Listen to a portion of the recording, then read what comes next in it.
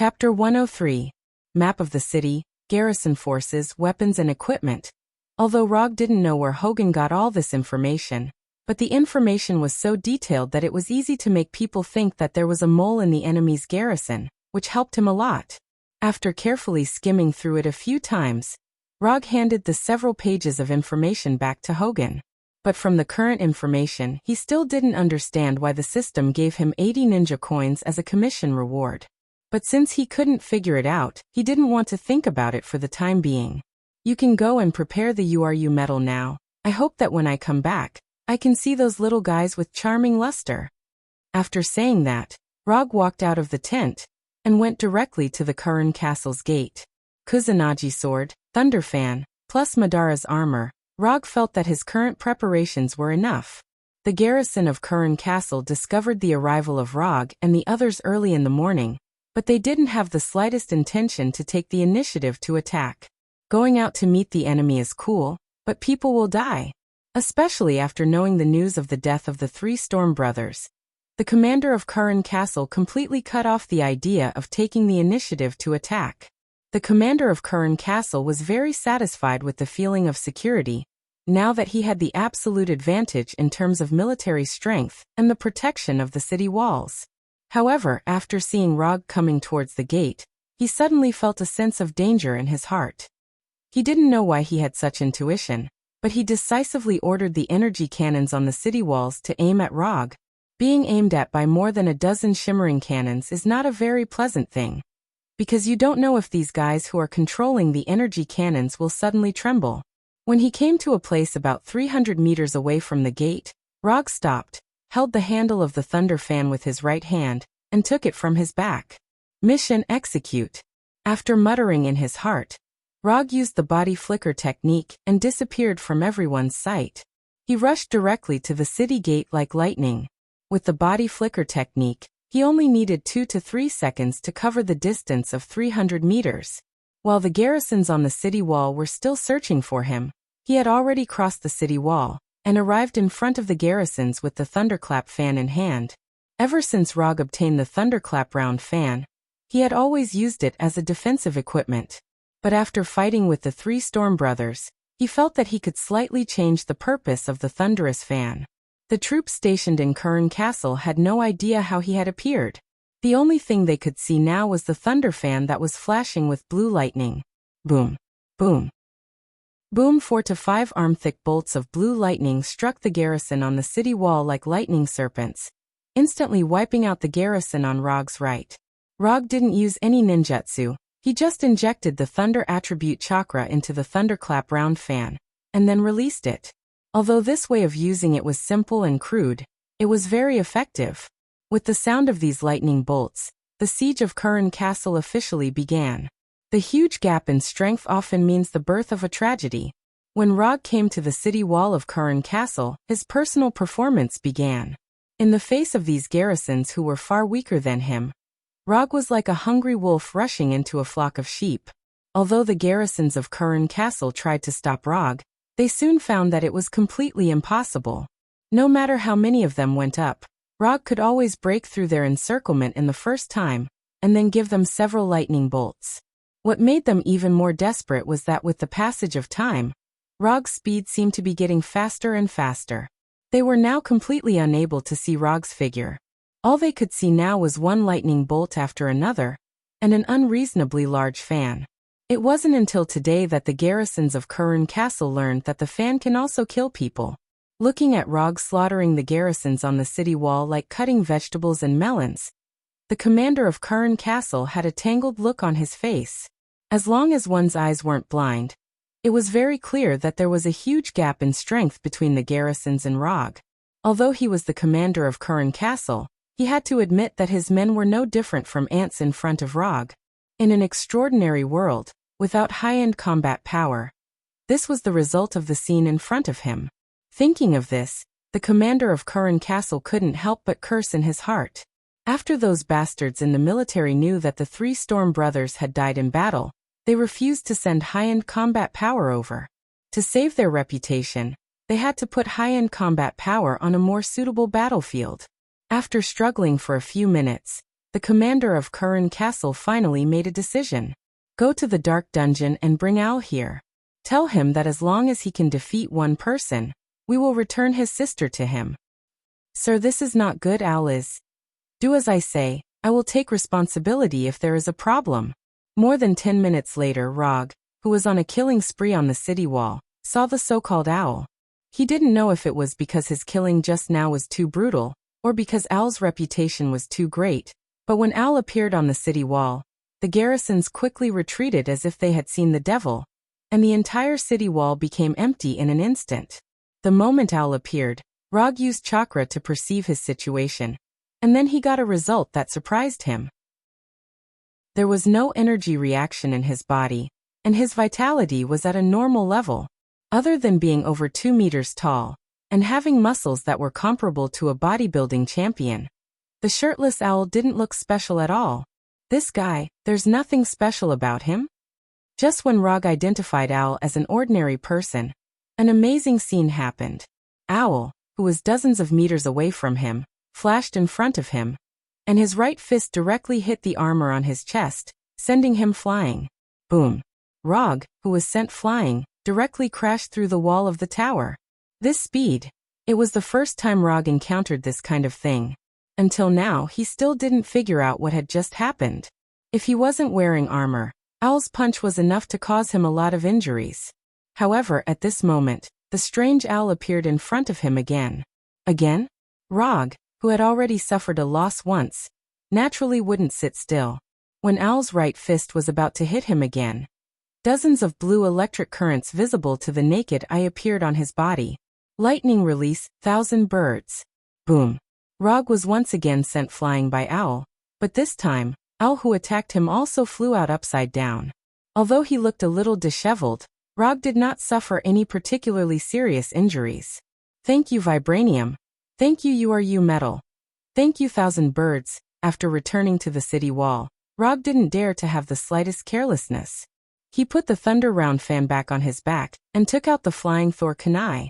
It was faster than his body flicker technique and surpassed the dynamic visual ability of Sharingan. Rog, who is good at speed, met an enemy who is also good at speed for the first time. Chapter 104.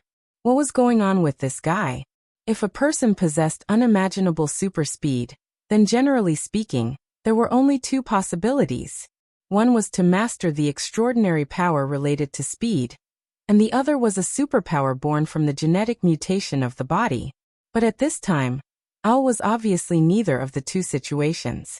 There was no energy in his body, and his life force was at a normal level. There were no signs of genetic mutation. Owl, who had attacked Rog twice in a row, did not stop there. When the numbness caused by the 1,000-bird flow slightly eased, he launched a third attack on Rog. It was still a straightforward attack. Although Owl had incredible speed, his attack method was so simple that it made people speechless. Relying on speed to come in front of the enemy, and then using his fist to attack the enemy, Rog, who had suffered twice, naturally would not be hit by such a simple attack again. At the moment when Owl's figure disappeared, he also used the blink technique to leave the place. Even so, Owl still kept up with his speed. Just when Owl's right fist was about to hit his head, his figure suddenly disappeared in front of Owl. Flying Thor. Rog returned to his previous position and picked up the Flying Thor kunai that he deliberately left in place. What kind of experience was it to fight with an enemy with super speed? This question had always been answered by Rog's enemy, and now he could finally answer this question himself. The answer was only one word: aggrieved. To be precise, it was extremely aggrieved. Unable to see the enemy's trace, unable to dodge the enemy's attack, unable to keep up with the enemy's movements. No matter what the situation was, it was enough to make people feel extremely aggrieved. What was more troublesome was that behind this aggrieved feeling, death followed closely. The blink technique was definitely out of the question. Owl's speed had obviously exceeded the blink technique's speed. This also meant that Rog only had one last choice left: the Flying Thor technique. Rog did not expect that there would be a day when he would use the Flying Thor to compete with someone in speed. And it was with a strange man who had super speed for some unknown reason. Were they trying to determine who was the fastest man? Rog didn't have a problem with the word fastest, nor did he have a problem with the word man. It was just that he had an instinctive repulsion when he put the fastest time with a man. Just when Rog was still thinking about it, Owl recovered from his doubts and no longer cared about how Rog disappeared just now. In this regard, Owl was very similar to Rog. Since he couldn't figure it out, he wouldn't think about it anymore. Before Owl launched an attack, Rog took the initiative to throw the flying Thor kunai in his hand to Owl. After throwing out the flying Thor kunai, he didn't care whether the kunai hit Owl or not. Instead, he used the body flicker technique to leave the place, and then took out another flying Thor kunai. Although the speed of the flying Thor kunai is very fast, it is obviously not impossible to hit Owl. Owl just tilted his body slightly, and avoided the flying Thor kunai flying towards his head. But just when he had just avoided the first flying Thor kunai, the second flying Thor kunai also came in front of him. Then the third, the fourth, the fifth. It wasn't until after throwing out 8 flying Thor kunai that Rog stopped this seemingly meaningless attack. Because each time the flying Thor kunai was thrown from a different angle, these flying Thor kunai that Owl dodged were inserted in different positions on the city wall. If you carefully observe the landing point of these flying Thor kunai, you will find that these flying Thor kunai seem to be thrown out randomly, but in fact, each flying Thor kunai presents a similar angle. The preliminary work has been prepared, then it's time to perform. Rog threw the flying Thor kunai in his hand, and then disappeared with the kunai in an instant. Although Owl didn't know what Rog was going to do, at the moment when Rog disappeared, he also entered an incredible state of speed. From the perspective of a bystander, Rog and Owl seemed to have completely disappeared, and the entire city wall became empty in an instant. So an awkward scene happened. Whether it was the garrison on the Karin castle or the Asgard soldiers outside the city, they could only silently stare at the empty city wall like fools, and then pray for the appearance of Rog and Owl. If it weren't for Rog and Owl's figures occasionally appearing on the city wall, they would even suspect that Rog and Owl had already left the Karin castle. Rog repeatedly jumped between the flying Thor kunai, and Owl would also appear in front of him at the moment when he finished teleporting. Then he would jump again and again and Owl would start to chase again. The whole process seemed to be very harmonious. After all, no one could touch each other, and naturally, there would be no so-called battle. Owl was like a hound that would never be tired, constantly chasing Rog the prey. Although Rog could stop and counterattack, he didn't have such an idea at all. Before figuring out why Owl had such incredible speed, he would not have the intention to attack Owl. Until now, he finally understood why the system gave 80 ninja coins as a commission reward. An enemy with super speed is more difficult to deal with than an enemy with super physique. On the surface, Rog was just using the flying Thor to constantly teleport to avoid being hit by Owl. But in fact, he was silently perceiving everything in Owl's body through chakra perception. This was the first time he was perceiving an enemy so seriously. Almost after chakra perception's perception ability was exerted to the limit, he finally perceived a trace of abnormality in Owl's body. Every time Owl entered super speed, a mysterious force would appear in his body. This force would only appear for a short few milliseconds, and then completely disappear. It was this mysterious force that only existed for a few milliseconds that gave Owl unreasonable super speed. After figuring this out, Rog immediately came up with a new battle plan in his mind. If Owl's super speed was his own ability, then Rog could only have a real speed competition with him. But since this speed was given to Owl by the mysterious force, then things became a lot simpler. After all, the power that doesn't belong to oneself is unreliable. Rog intended to let Owl experience what is called his own power. Chapter 105. In the face of an enemy like Owl who relies on external forces, the best way is to use a seal. But the problem is that Rog doesn't know how to use a seal now. So he chose the second plan.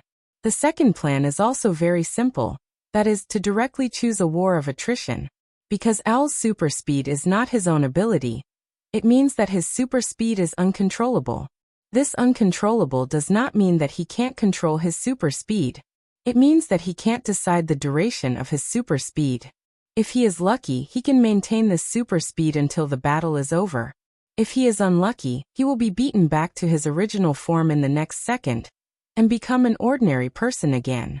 After making the decision, Rog stopped the previous repeated flying Thor teleportation and stopped directly on the edge of the wall, waiting for Owl's arrival. Although Owl had unimaginable super speed, it was a pity that he did not have the combat skills to match this super speed. Owl's tactics are always so straightforward. Perhaps in his heart, this kind of straightforward attack is enough to solve all the enemies. When Owl rushed toward himself again, a light blue lightning struck straight at Owl. Right on Chidori Iguchi. Although Owl's combat skills are not worth mentioning, it is not difficult for him to avoid the attack of Chidori Iguchi. Just when Owl sideways to avoid the lightning tip of Chidori Iguchi, Rog's right hand suddenly waved, and Chidori Iguchi directly swept toward Owl. In order to avoid being hit by Chidori Iguchi, Owl can only change his forward posture and let the left side dodge. From the beginning to the end, Rog didn't expect Chidori Iguchi to hit Owl. The reason why he used Chidori Iguchi was just to let Owl appear where he wanted. Although Owl, who dodged to the left, avoided the sweep of Chidori Iguchi, he ignored the flying Thor kunai at his feet. Flying Thor. Rog, who was standing on the edge of the wall, came to Owl's side in an instant, and then before Owl could react, his left palm hit Owl's back. Rog's left palm did not cause any harm to Owl, it was just a simple slap. If time permits, Rog doesn't mind letting Owl experience the taste of Rasengan. Although it only takes a little time to cast Rasengan, this time is enough for Owl to use super speed to leave here. After being patted by Rog, Owl also realized something. But at this moment, it was meaningless. Flying Thor. If it wasn't for the Flying Thor spell on Owl's body, Rog wouldn't be interested in touching a male's body.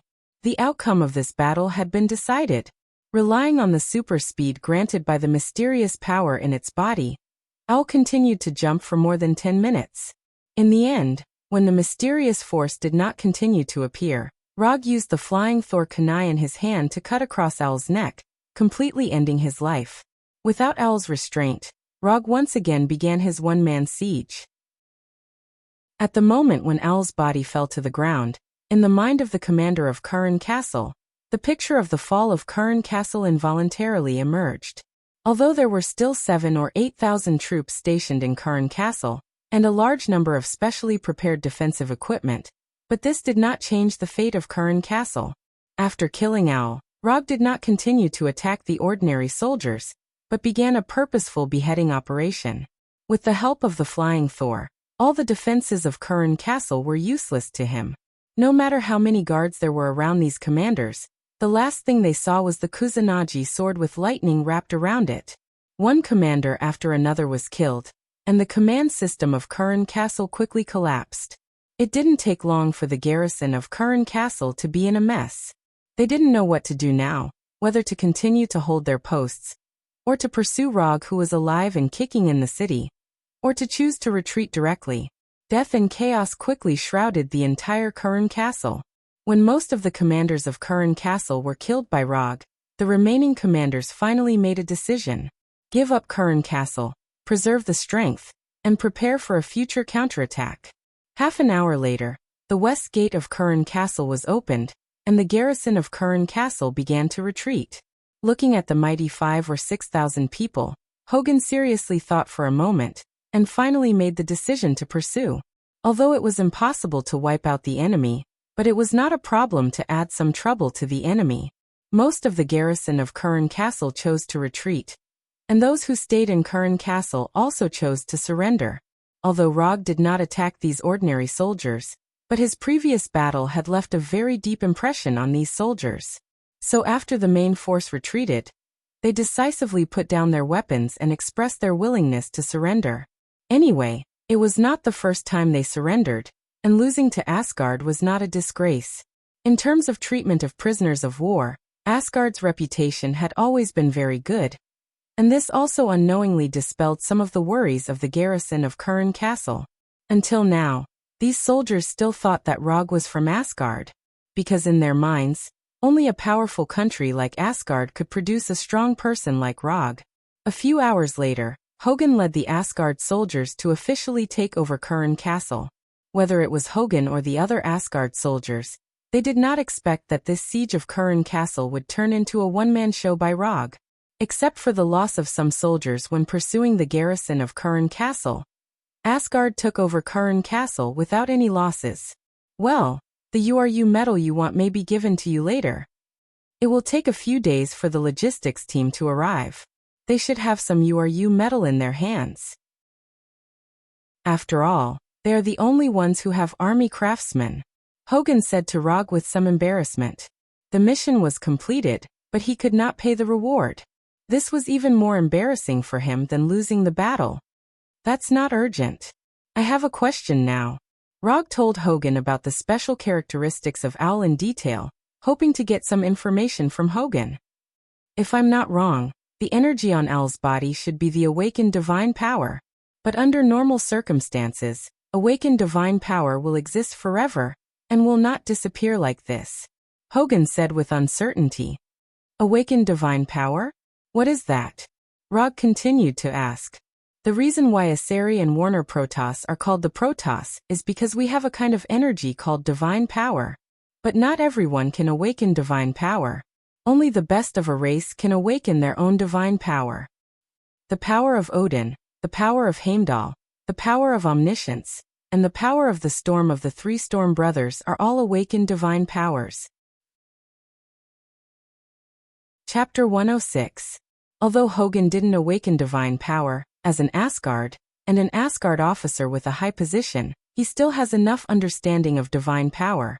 Through Hogan's explanation, Rog also roughly understood the so-called divine power. In short, divine power is the racial superpower of Asari and Warner Protoss.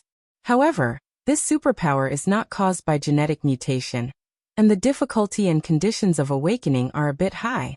According to Hogan, the proportion of awakening divine power is about 1 in 10,000. Of course, this is just a rough proportion. For those who are born in a good family, the possibility of awakening divine power is hundreds of times higher than ordinary people. This is the fundamental reason why Asari and Warner Protoss can maintain the aristocratic rule. From this point of view, Al was undoubtedly a lucky guy who was bursting with luck.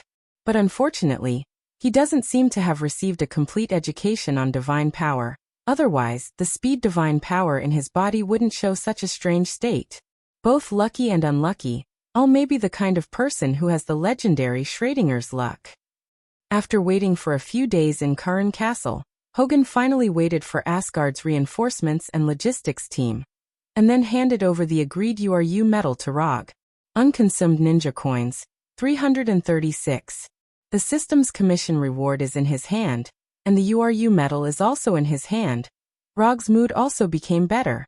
Because there is no next attack plan for the time being, Rog finally experienced a real alien trip in Curran Castle. There were all kinds of unknown Vanaheim specialty snacks, alien races from an unknown planet, alien weapons with strange shapes, and alien skin colors and hair colors that were all different from the aliens. Rog was like a real tourist, appearing in every corner of Curran Castle, tavern, weapon shop, food street, romance street. Although Curran Castle has just experienced war, it has no impact on the lives of the residents in the city. Everything in the city is developing according to this established trajectory. Without investigation, there is no right to speak. After a few days of tourist life, Rog found that he still prefers Earthlings, or alien races that don't look much different from Earthlings, such as Warner Protoss, because of the focus of Warner Protoss. After waiting in Curran Castle for a week, Hogan and Rog finally received the latest news from Thor. The process was a bit difficult, but Thor still completed the established goal, and successfully took the target city. Fandral and Volstagg had also successfully completed their mission, and the number of Asgard's camps in Vanaheim had increased to 7. Although there are still 16 camps under the control of Warner Protoss, Asgard's early plan can be regarded as perfectly completed. From departure to the present, a total, less than 2 weeks. According to this progress, it will take at most 3 months for Asgard to restore order in Warnerheim. 3 months, for Asgard with an average lifespan of 5,000 years, is a short period of time that doesn't need to be calculative. However, things didn't develop as smoothly as Asgard expected.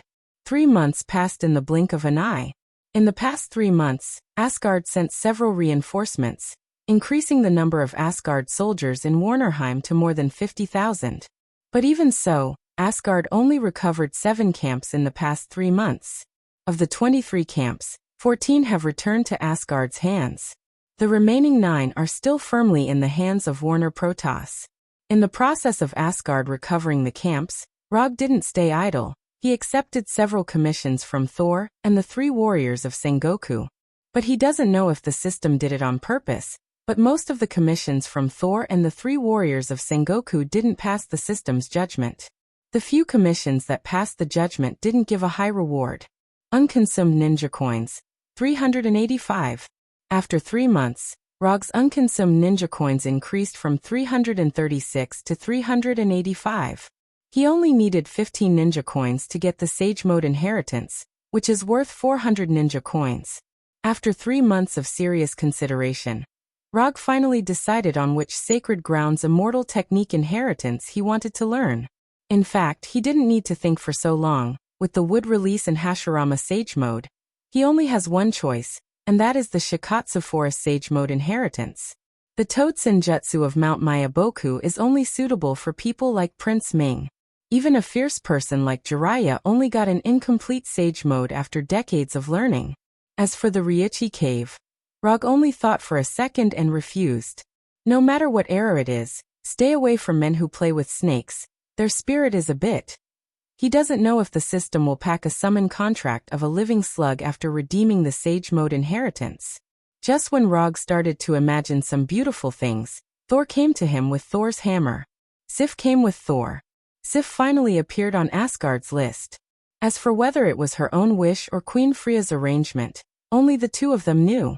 There are more and more garrisons in Mugwang City. I hope you can go in and see if there are any loopholes in the defense line. We have been delayed here for too long, Thor said to Rog with some tiredness. The Mugwang City he mentioned was the culprit that caused their progress to be seriously delayed. Asgard wasn't the only one who will increase their forces. After Thor joined Rog and others, Warnerheim also increased their frontline forces. There are now more than 40,000 garrisons in Mugwang City, and there is no lack of Warner Protoss's high-end combat power. Mugwang City is one of the 5 main cities in Warnerheim. It has high walls and many soldiers, and it is easy to defend and difficult to attack. What's more troublesome is that this is a place that has to be fought for. Whether they can take down Mugwang City directly determines whether Asgard can successfully recover the rest of the camp. In the past 3 months, Asgard spent most of his time attacking Mugwang City. It has been almost 2 months since the day of the attack. In the past 2 months, Thor has climbed the walls of Mugwang City more than once, but he was beaten back. Thor is a Ceres Thor, and Warner Protoss naturally has their own Thor, and more than one. Now in charge of commanding the Mugwang City garrison is Warner Protoss's 2 Thor, 2 female Thor. In other words, the twin female Thor, Vigtigni and Weigelf.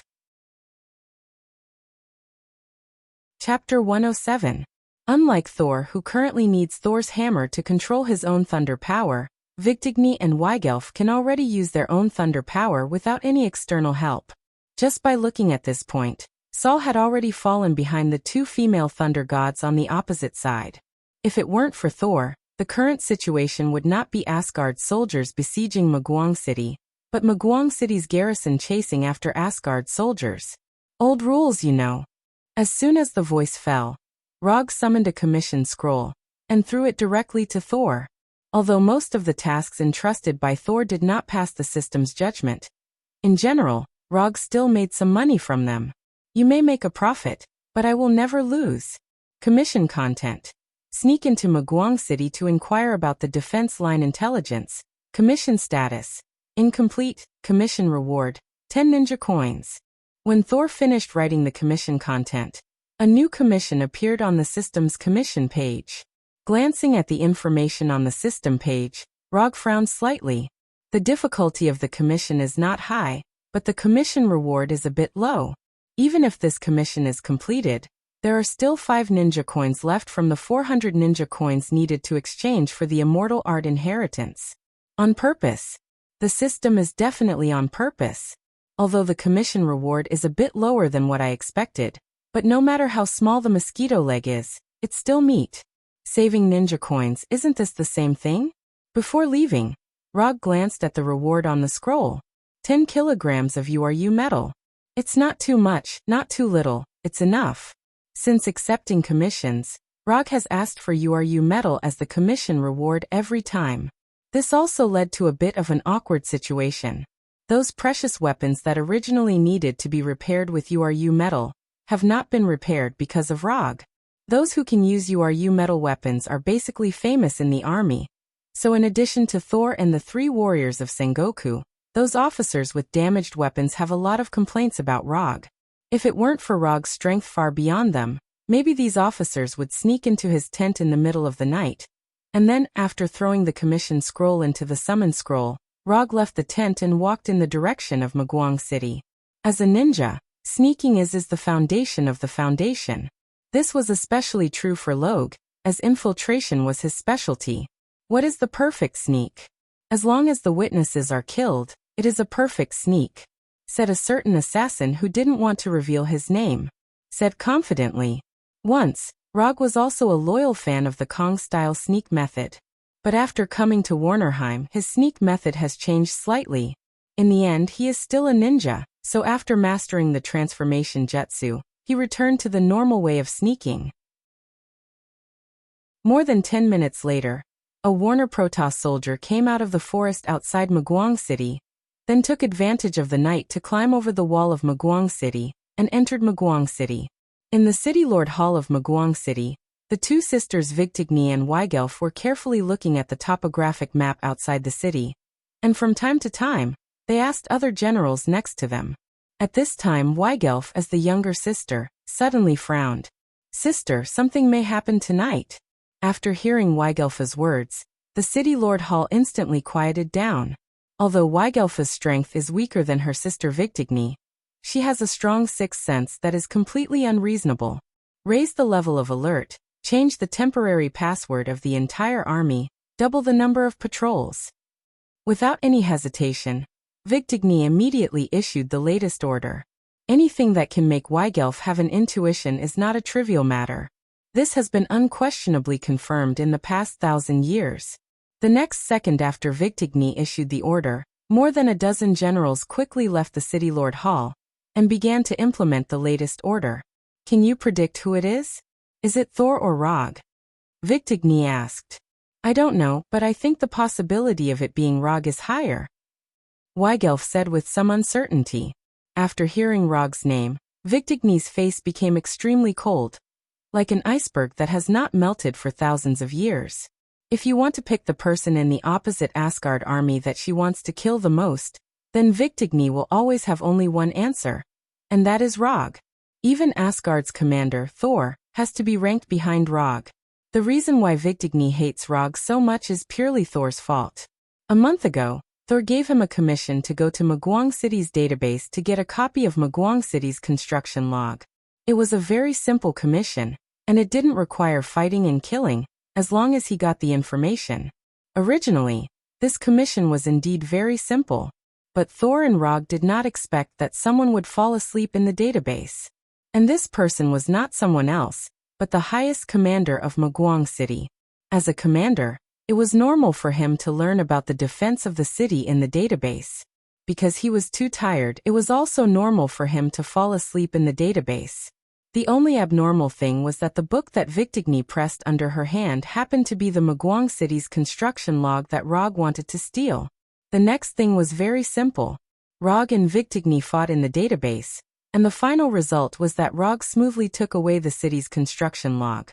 It's just that when he picked up the city's construction log, he was a little disgusted. The construction log that was covered with saliva on the cover was something that anyone would dislike.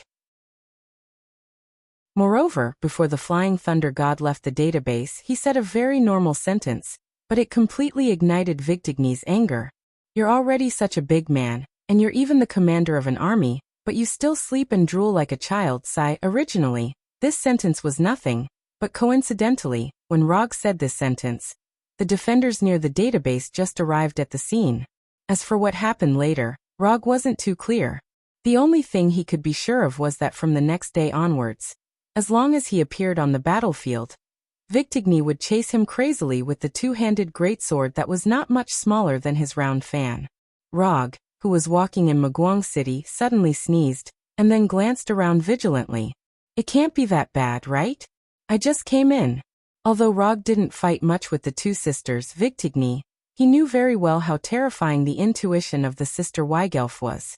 Weigelf was the only person he had met who could see through his shadow clone and transformation technique. Chapter 108. To be precise, she didn't see through it, but she used her incredible sixth sense to directly distinguish between the original body and the avatar.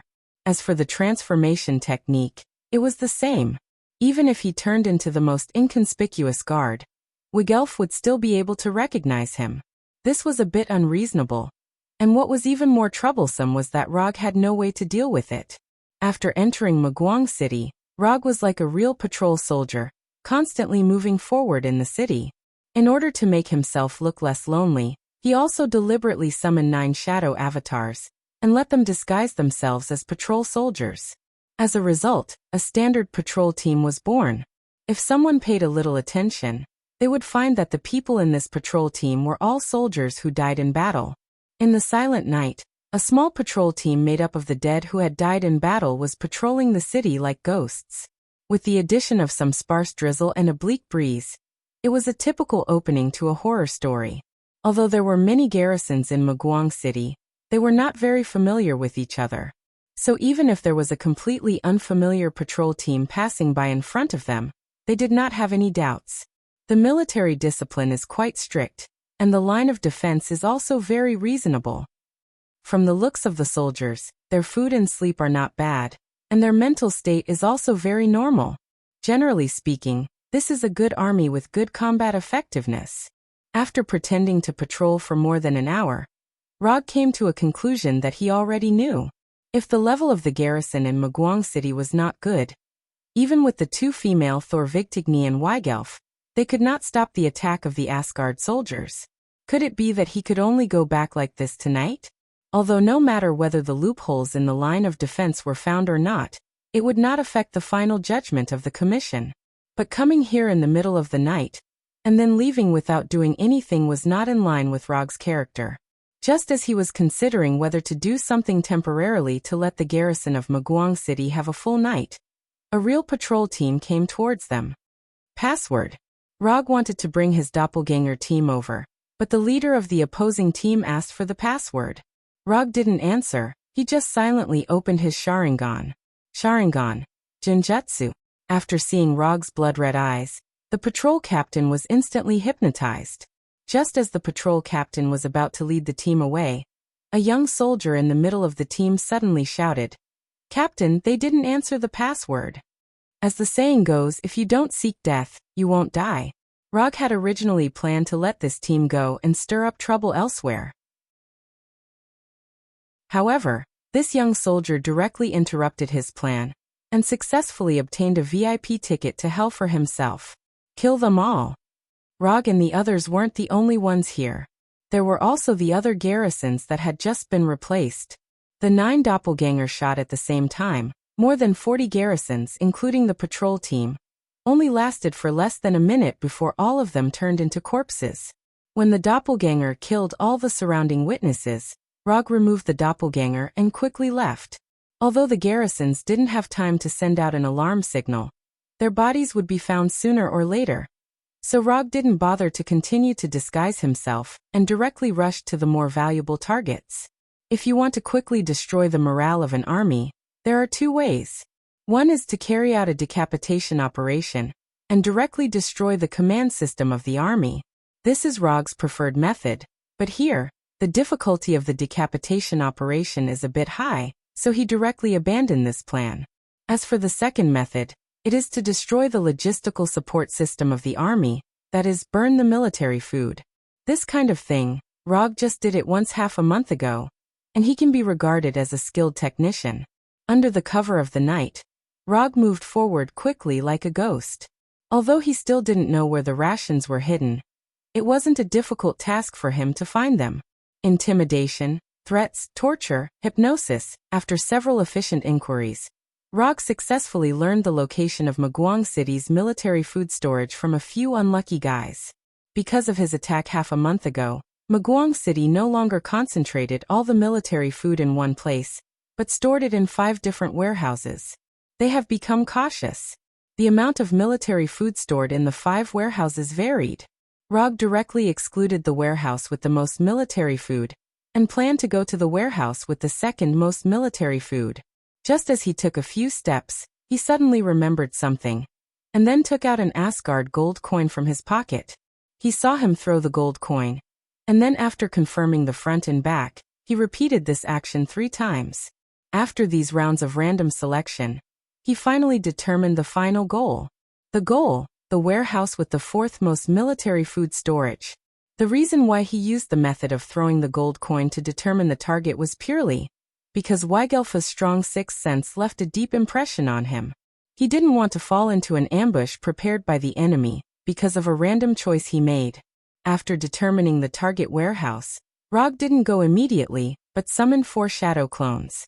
In the face of an enemy like Weigelf, no matter how cautious he is, it is not too much. The main body went to the 4th warehouse, and the 4 shadow clones went to the other 4 warehouses. In this way, even if he bumped into Weigelf in the 4th warehouse, he could directly go to the other warehouses through the Thor. This is not fear, this is necessary caution, the caution of a ninja. After confirming that there is no problem, Rog began to go to the 4th warehouse. Although there are a lot of soldiers guarding, it is still normal. There is no particularly strong energy fluctuation around. This should not be a trap. After coming to the 4th military food warehouse, Rog first used chakra perception to perceive the surrounding environment, and then rushed to the warehouse like lightning. Fire release, grand fire annihilation. The blazing flames rushed to the warehouse like a huge wave, and then under Rog's gaze, it was blocked. A wall-like energy barrier appeared out of thin air, blocking all the blazing flames of the grand fire annihilation. At the same time, a hemispherical barrier with a diameter of several kilometers was instantly formed. When the energy barrier appeared, Rog established a link with the Flying Thunder God on the Shadow Clones, and planned to directly leave here with the Flying Thor. However, the appearance of the hemispherical barrier completely shattered his hope. The Flying Thor technique disappeared.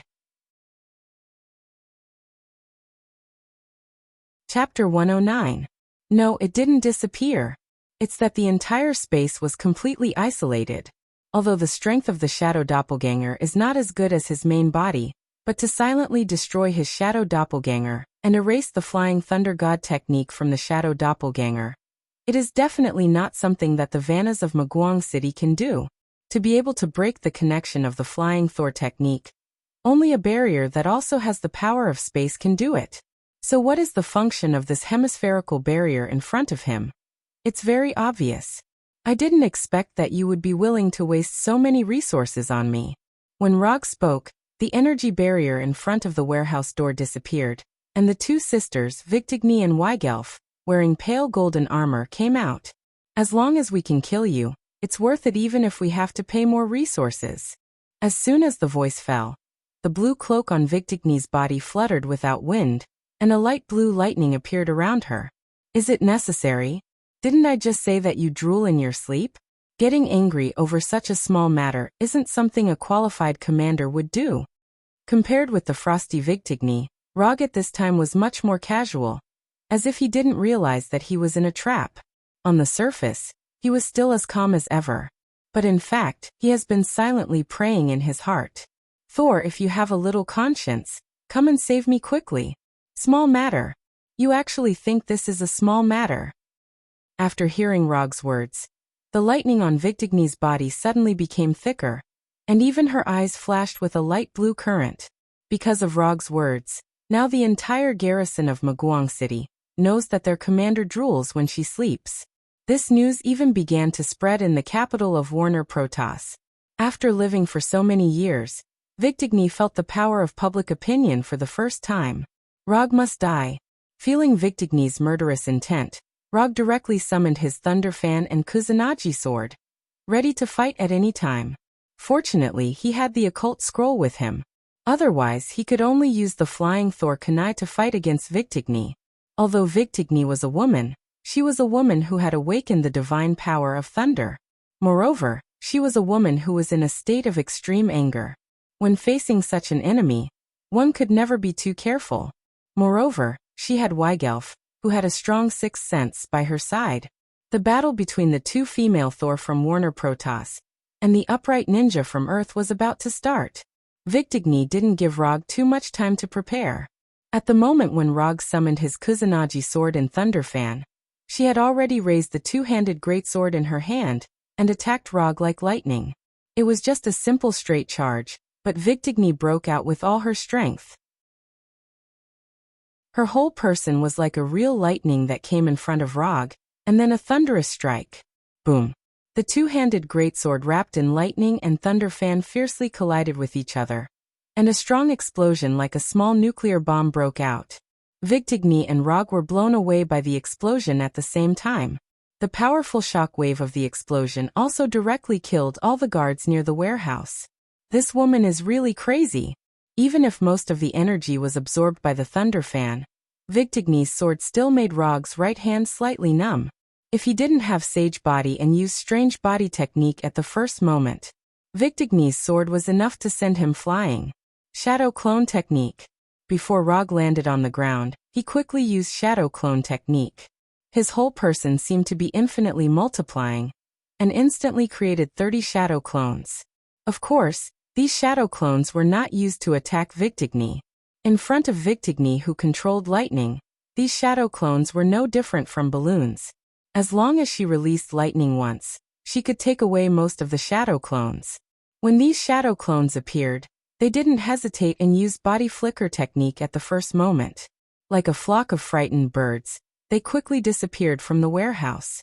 This hemispherical spatial barrier was like an independent space. It isolated Rog from the outside world's Thor technique. Since he couldn't connect to the outside world's flying Thor technique, then he could only set up flying Thor techniques inside the barrier. The 30 shadow clones that he just summoned were his flying Thor technique. The original body is still here. Those that left are all clones. Weigelf's voice immediately sounded.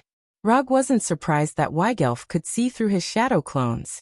However, even if the shadow clones were seen through, it wouldn't affect his plan at all.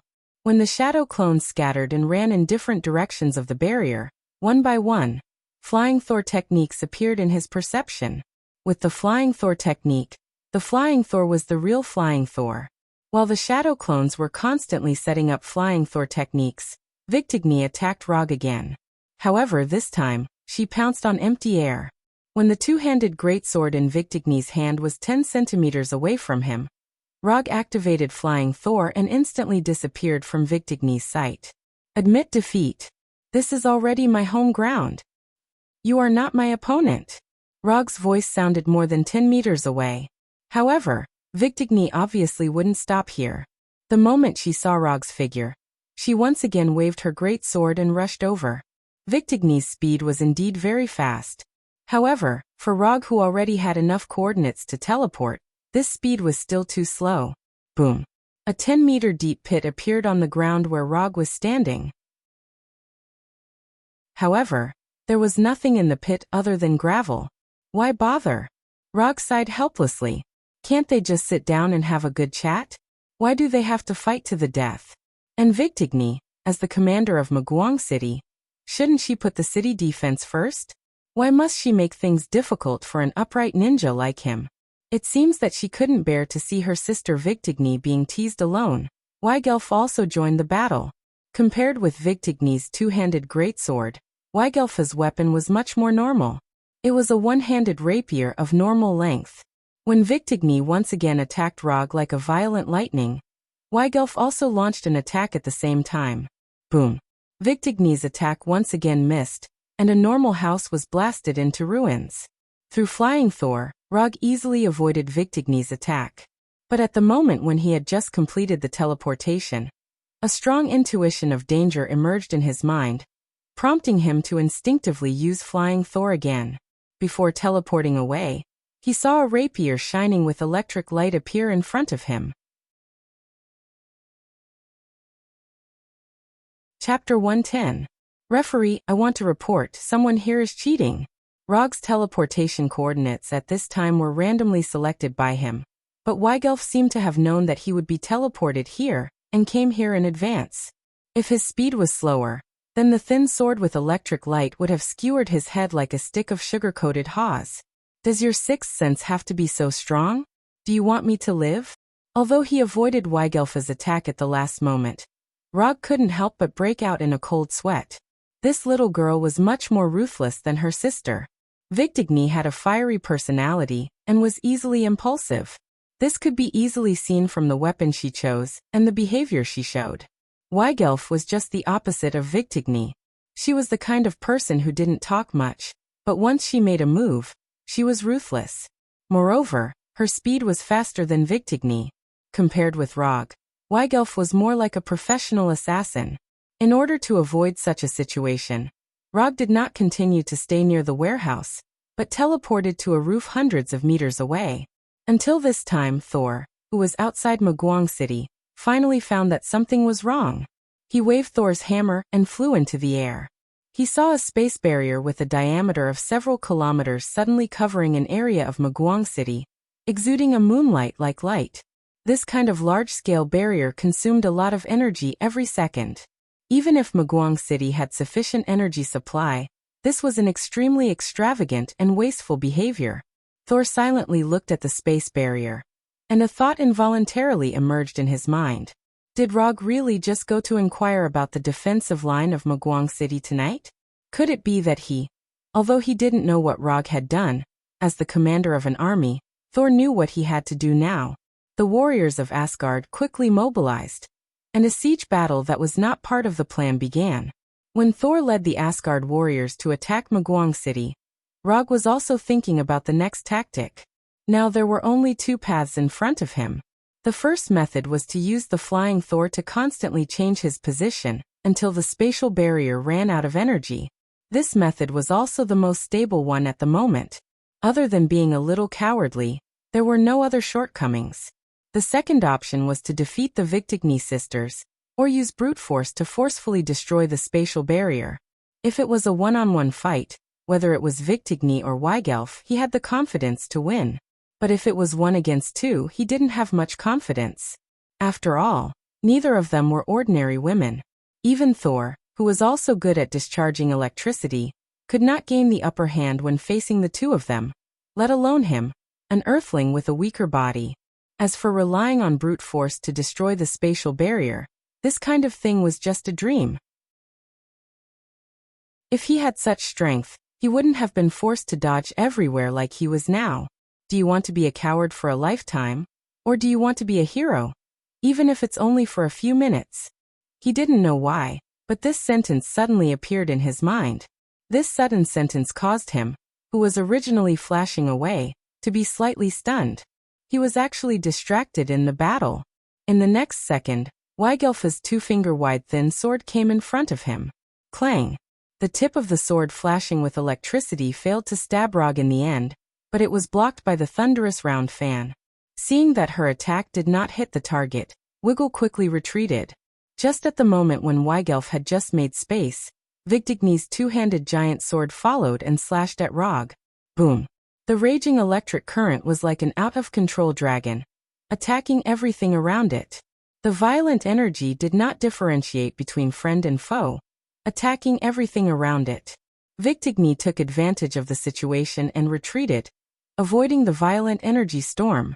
In the middle of the energy storm, Rog, who was holding the round fan, was motionless like a wooden man. If it wasn't for the strong chakra light shining on his body, Victigny would even suspect that Rog had directly lost consciousness, so he stayed in the energy storm stupidly. At this time, Rog was very awake. It could even be said that he was very awake. Although there was the protection of chakra, the electric current in the energy storm still gave him an incomparable stimulation. The reason why he didn't Flying Thunder God was that he wanted to personally feel the thunder power released by Victigny, and compare it with his newly developed ninjutsu. Without the subsequent energy input, the energy storm, which used thunder power as the main energy source, completely dissipated in the air after more than 10 seconds. When the energy storm dissipated, Rog put the round fan behind his back and directly condensed a Rasengan in his right hand. It was just an ordinary Rasengan. There was no change in nature, and the size was also the normal size of a palm. However, in the next second, Rog began to inject the Thunder Attribute Chakra into the Rasengan. In the past, Crown Prince Kamui created the strongest ninjutsu of the Wind Release Ninjutsu by injecting the Wind Attribute Chakra, Futon, Rasen Shuriken. After fighting with the three Storm Brothers, Rog also began to develop his own unique Rasengan. Compared to Crown Prince Kamui, Rog was more proficient in thunder and fire release, so his Rasengan certainly couldn't be based on the Wind Attribute Chakra. The Rasengan, which was originally the size of a palm, instantly expanded to the size of a basketball. At the same time, a light blue lightning appeared on the surface of the Rasengan, and it madly flowed irregularly, and showed a phenomenon of electric current discharge. Raiton, Spiral Railgun. Strictly speaking, this ninjutsu was in an incomplete state, because Rog didn't do any actual combat testing of this ninjutsu. However, it was obviously not the time to care about these small details. The moment the spiral railgun was formed, Weigelf's sixth sense sent out a strong warning signal. Danger! Retreat quickly! Without any hesitation, Weigelf came to Victigny's side like lightning, and directly pulled Victigny's right hand, and quickly retreated. Looking at Victigny's and Victigny's figures retreating quickly, Rog slowly raised his right hand, and silently aimed the spiral railgun at the two sisters. The reason why he named this ninjutsu spiral railgun was, on one hand, because this ninjutsu had a super long attack range and super fast attack speed, just like a real railgun. On the other hand, it was his little faith. The electric sparks dancing on your fingertips are my undying faith in this life. Chapter 111. Only the super electromagnetic gun will last forever. Boom. The electromagnetic gun in Rog's hand disappeared in an instant. A light blue beam of light entwined with an electric snake emerged out of thin air and crossed the entire Maguang city.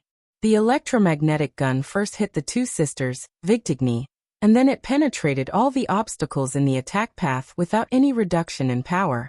Houses, enchantments, city walls. Nothing could stop this light blue beam of light. It wasn't until it hit a small mountain more than 10 kilometers away from the city that the beam of light finally stopped. The next second, an orange-red fireball soared into the sky like the sun. The earth began to shake. The hurricane formed by the shock wave struck the surroundings like a tsunami. Wherever it passed, it was a mess. When the flames of the explosion dissipated, when everything began to return to calm, the hill that originally stood outside Maguang City had completely disappeared. Instead, there was a circular deep pit with a diameter of several kilometers. Electromagnetic gun, one-shot soul. Like a natural disaster, the battlefield that was originally fighting suddenly quieted down. The entire battlefield seemed to have been paused suddenly, and everyone couldn't help but look in the same direction. Is this really something that a human can do? Regarding the fact that Rog is an earthling, it has been spread to Asgard and Warner Protoss as early as a few months ago. A guy who is active on the battlefield like he is on steroids and has super combat power, no matter where he is, he will be the focus of investigation. But after seeing the scene in front of them, they found that they still underestimated Rog. After the battlefield was strangely silent for more than 10 seconds, there was a burst of excited shouts. Those who shouted excitedly were all Asgard soldiers. As for the Warner Protoss soldiers on the defending side, their faces were as ugly as they could be at this time. The existence of high-end combat power can not only improve the combat power of the entire army, but also greatly improve the morale of the army. The terrifying power of the electromagnetic gun raised the morale of Asgard to the peak in an instant. The siege of Maguang City also began once again amidst the howls of the Asgard soldiers. Unlike the excited Asgard warriors, Rog wasn't happy at all. The power displayed by the spiral electromagnetic cannon did not disappoint him. In fact, it had far exceeded his expectations. However, the aftereffects of the spiral electromagnetic gun were far beyond his expectations. Other than the numbness in his right arm, he couldn't feel anything. He couldn't even clench his fist. Not only that, The flow of chakra in his right arm was also severely obstructed. It felt like the F1 track had turned into a sidewalk. Don't be fooled by the fact that he was standing motionless like a peerless expert. In reality, his battle prowess had been severely reduced by several times. Fortunately, there was no one who would attack him now. Victigny and Weigelf, who were most likely to attack him, were now lying weakly in the ruins of the house, gasping for air. Especially Victigny, she was vomiting blood from time to time. Although the spiral electromagnetic gun didn't directly penetrate their bodies, even if they were just grazed by it, the powerful power of the spiral electromagnetic gun still brought unimaginable damage to them. If they hadn't awakened the power of thunder, their bodies would have been completely destroyed by the violent energy of the electromagnetic gun at the moment they were grazed by the spiral electromagnetic gun, and then instantly scorched and dissipated.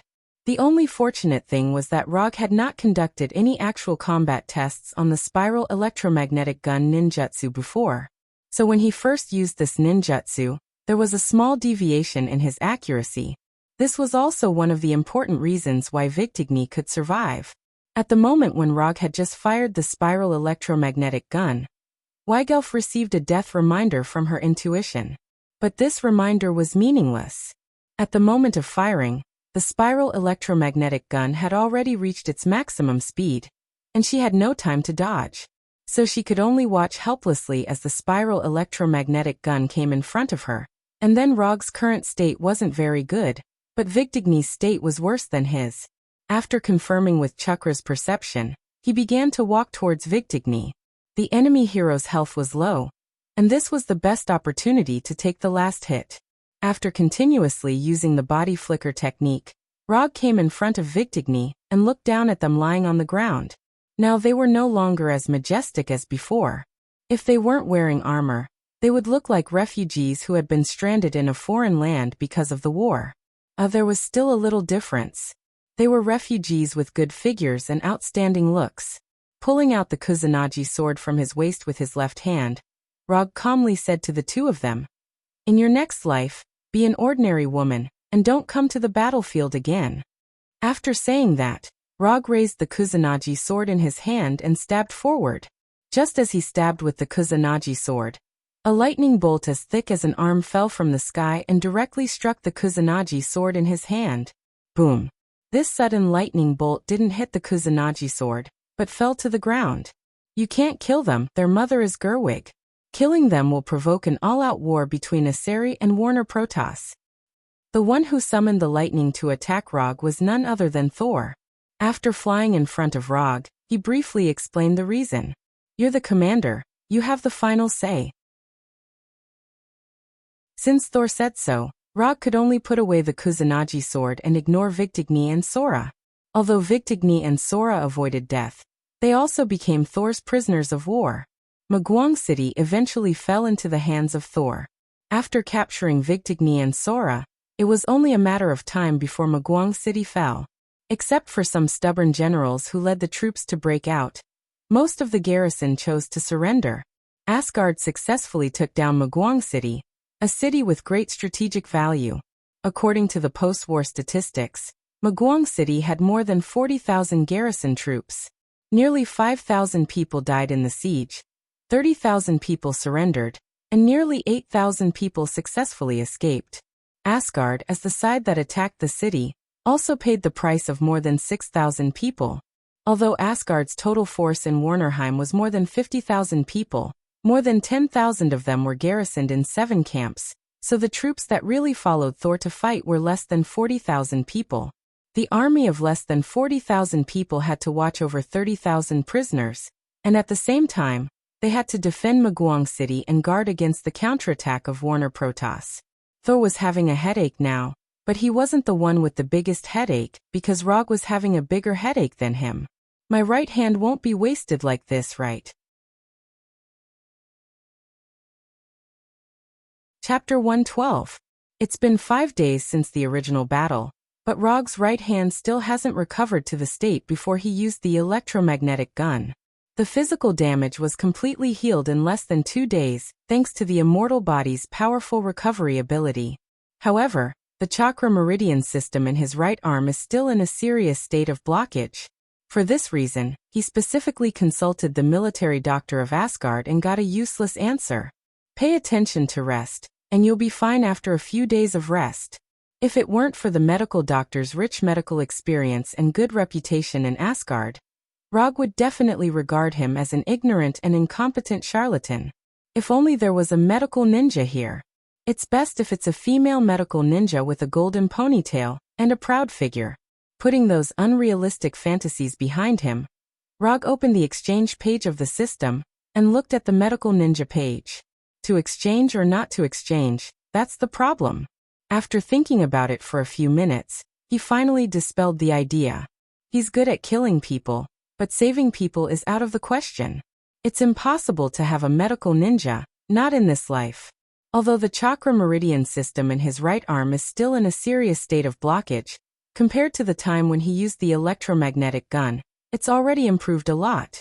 It's probably equivalent to upgrading from a sidewalk to a bicycle path. So even if he doesn't do anything, the Sage mode will repair the damaged meridian system. The only problem is that he doesn't know how long it will take to completely restore it to its original state. For a right-handed ninja, it's a very serious problem that he can't use chakra with his right hand. This will not only affect the ninja's strength, but also affect the ninja's self-confidence. So he intends to solve this problem in his own way as soon as possible. If he guessed correctly, the blockage of the meridian system in his right arm should be related to his imitation of the Thunder God's power. The electromagnetic gun is a brand new ninjutsu that he created based on the Rasengan and added the Thunder God's power to chakra, and then borrowed the railgun, by Jidama, Thunder God and other things. Most of them were reliable. The only thing that wasn't reliable was the divine power of thunder that he had imitated. Of course, it is also possible that the side effects of ninjutsu are too great, beyond the tolerance of the meridian system, so this situation occurred. However, no matter what the reason was, he could not allow anything to happen to the golden right hand. He doesn't know any medical ninjutsu, and there is no way to quickly improve his sage body, so he intends to use a simple and violent method with high success rate to solve this problem by force. Since chakra couldn't solve the problem, he would use the immortal technique chakra to solve it. If he remembered correctly, the sage mode of the Shikatsu forest had the ability to borrow natural energy to greatly increase the vitality of the body. Not only could it increase one's speed and defense, but it could also increase one's attack range and power through natural energy. As for the Senjutsu chakra, it can increase the power of his ninjutsu, taijutsu, and jinjutsu by leaps and bounds. This is not something he needs to pay too much attention to at the moment. It is said that when the sage body of Hashirama meets the sage mode of the Shikatsu forest, there will be some wonderful changes. As for whether this information is reliable or not, Rog can't be sure. Unspent ninja coins, 395. The sage mode of the Shikatsu forest required 400 ninja coins. As long as he completes one more commission, he will have enough ninja coins. Thor, he can directly exclude him. He shouldn't have any commissions in the near future. The three warriors of Sengoku, their URU medal quota for the next few hundred years has already been used up. As poor people, they won't have any commissions for the time being. Sif, although she has enough URU medal quota, she doesn't particularly approve of Rog's commission. It can even be said that she is very against it, so she can also be excluded. As for the rest of the officers and generals who have URU medal quota, they forget it, I won't consider them. After thinking about it seriously, Rog found that there are only a few potential clients in Asgard. How about expanding the scope of business? Or adding Warner Protoss to the client whitelist? Although he has killed a lot of Warner Protoss people in recent months, strictly speaking, he is just a hired thug by Asari. But this can only be thought in his mind. Compared with the commission, Warner Protoss may want to know how to kill him, using that kind of inhumane, bloody, and painful way to kill him. After sighing helplessly, Rog left his room and walked to the other side of the city. After 5 days of reorganization, Asgard has completely controlled this extraordinary city. Although there are still some stubborn people who launch some meaningless attacks from time to time, it didn't affect Asgard's control of Mugwang City. After passing through a few streets, Rog came to a manor that was strictly guarded by Asgard's soldiers and didn't hesitate to consume energy. Lord Rog. When he came to the gate, the Asgard soldier in charge of guarding the gate immediately saluted Rog. I'll go in and take a look, you can continue with your mission. After saying that, he passed through the specially set up spirit formation gate and entered the magnificently decorated manor. Although the area of this manor is not very large, the decoration is extremely exquisite. Even Rog, an earthling, had to sigh at this ingenious alien architectural style. When he came to the hall of the manor, he saw two familiar faces. You. After seeing Rog's arrival, the hot-tempered Victigny immediately stood up and rushed towards him. At this time, Victigny completely lost her previous valiant posture. Even the fist she waved was as weak as an ordinary person. At this time, do you still hate me so much? Rog easily avoided Victigny's fist, pressed his left hand on her shoulder, and then pushed her back with a little force. Although Rog only pushed her slightly, Victigny stepped back more than 10 steps before finally stabilizing her body. Give up, you can't be my opponent now. After speaking, Rog ignored the angry Victigny and found a seat to sit down and poured himself a cup of tea. What do you want to do? Weigelf, who was sitting opposite him, asked. Nothing. I just want to know if you have any unfulfilled wishes? Chapter 113. After hearing Rog's words, Weigelf, who was sitting opposite him, rolled her eyes at him, and then slowly said, If you have something to say, just say it. You don't have the intention to kill me and my sister, otherwise you wouldn't have locked us up here. Weigelf is not only calmer than Victigny, but she is also more thoughtful than Victigny when considering things. So she won't be distracted by Rog's words. I was going to make a little joke with you. In that case, I will say it clearly. Do you have any commission that you want to complete now? If there is, I can help you complete it. Of course, letting you go, or killing Thor and so on are not in the scope of this. Rog said straightforwardly, completely ignoring the fact that he was the one who had captured Victigny and her companion. What is the price? Weigelf asked calmly. This depends on the specific content of your commission. As long as the reward is not excessive, I can accept it. Considering the current situation of Victigny, Rog didn't specifically specify the reward. What he wants now is just ninja coins. As for the reward, it's just icing on the cake. Weigelf looked at Rog seriously, and then continued to say in a calm tone. No. You can leave now. Really? That's really a pity. After getting a clear reply from Weigelf, Rog stood up directly and walked straight towards the door. He originally planned to come over and try his luck. If there is a commission, of course, everyone will be happy. If there is no commission, he won't care too much. Just as Rog was about to leave the hall, Victigny suddenly said, Wait, I have a commission. Rog stopped and turned to look at Victigny. I want to fight with you. If you win, the wrath of the hurricane is yours. After that, Victigny pointed to the two-handed greatsword placed in the corner of the hall. It's not that I look down on you, but in your current state, you can't be my opponent. Even if I stand still and let you use one hand and 2 feet, you can't beat me. Although Thor didn't put Victigny and Victigny in a real prisoner camp, in order to avoid some unpleasant things, he still made some restrictions on them. For example, adding a seal on them. Because of the existence of the seal, Victigny and Victigny not only lost control of their thunder power, but even their physical fitness was suppressed by the seal to the level of ordinary Warner Protoss soldiers. It was also because of this that Saul was at ease to lock them up in this manner instead of the underground prison that was strictly guarded. Although I don't understand your power attribute, I'm very sure that you must have a way to suppress your own level to the same level as me. Under the same conditions, one-on-one, whoever loses will hand over their weapon to the winner. Victigny said as she walked towards Rog. When she finished, she was less than a meter in front of Rog.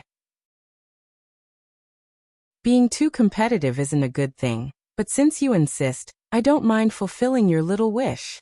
As soon as his voice fell, a commission scroll appeared in Rog's hand. The commission is for me to fight with you once, and the reward is for your wrath of the hurricane. You think you can win? I've never lost in front of a woman. Although she was not very happy with Rog's current tone and attitude, Victigny still took the commission scroll and wrote the content. When Victigny finished writing the commission, the system also gave the result of the judgment, and a new commission task appeared in the commission page. Commission content. Fight with Victigny once. Commission status. Incomplete. Commission reward. 5 ninja coins. 5 ninja coins commission reward. Just as Rog had expected, the system had given him the lowest reward. When do you want to start? As soon as Rog finished speaking, Victigny's fist came in front of him, showing his answer with practical action. Although Victigny's attack was very sudden, it was limited by her current sealed body. Her punch was not only weak, but also not fast. With this speed, Rog could avoid it with his eyes closed. But at this time, not only did he not avoid the punch, but he also took the initiative to stretch out his right hand, letting his right palm take the initiative to appear in front of Victigny's fist. It turned out to be this level of strength. After blocking it with his right palm, or after feeling Victigny's current strength, he took a step back and took the initiative to open the distance. Obviously, Victigny did not think too much about it. When she noticed that Rog had retreated, she immediately rushed forward and launched a series of quick attacks. Rog didn't resist Victigny's fist like before, but kept retreating, and at the same time silently remembered Victigny's current speed, attack speed, and reaction speed. After getting enough information, he suddenly accelerated his retreat, and instantly opened a distance of 4 or 5 meters from Victigny. You cheated, Victigny said discontentedly. Let me correct you, I didn't cheat just now. I just wanted to confirm what level you are now. Next, it's the official battle. Even if he didn't use chakra, Rog's physical strength was far beyond the sealed Victigny. So in order to make Victigny accept her loss, he still needed to deliberately control his strength and speed to maintain his level as much as possible to be on the same level as Victigny. After saying that, Rog took a starting position that Victigny had never seen before, and said very seriously, Wing Chun Rog. Although Victigny didn't know what Wing Chun was, looking at Rog's current appearance, she knew that Rog was finally serious. Next, Rog and Victigny staged an informal martial arts competition between Earth's martial arts and Warner Protoss fighting skills in this hall. Spread, arms prone. Small thoughts bridge seeking, index wooden dummy technique. Although Rog hadn't officially learned Wing Chun before, after gaining the Sharingan, he silently copied this famous fist technique. This was the first time he used Wing Chun in a battle, and from the current situation, the effect was pretty good. Although Rog didn't use strength and speed that exceeded Victigny's, he still easily gained the upper hand. Victigny's fighting skills weren't weak, and she was experienced enough, but unfortunately, she met Rog who had better skills and more experience.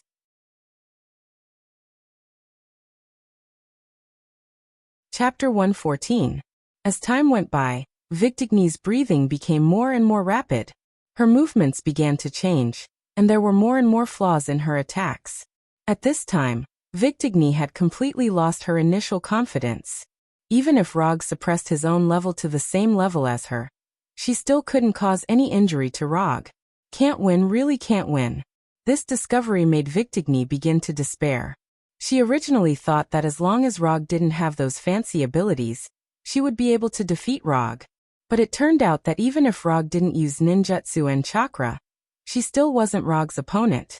Disappointment quickly enveloped her entire heart. After persisting for a few minutes, Victigny stopped attacking, then without saying a word, she lowered her head and left the hall. It's finally over. When Victigny stopped attacking, Rog finally breathed a sigh of relief. Although he didn't have any interest in the hurricane's fury, but in order to complete the system's commission, he picked up the hurricane's fury and then left the hall. Looking at her sister Victigny and Rog leaving the hall without saying a word, Weigelf slightly frowned.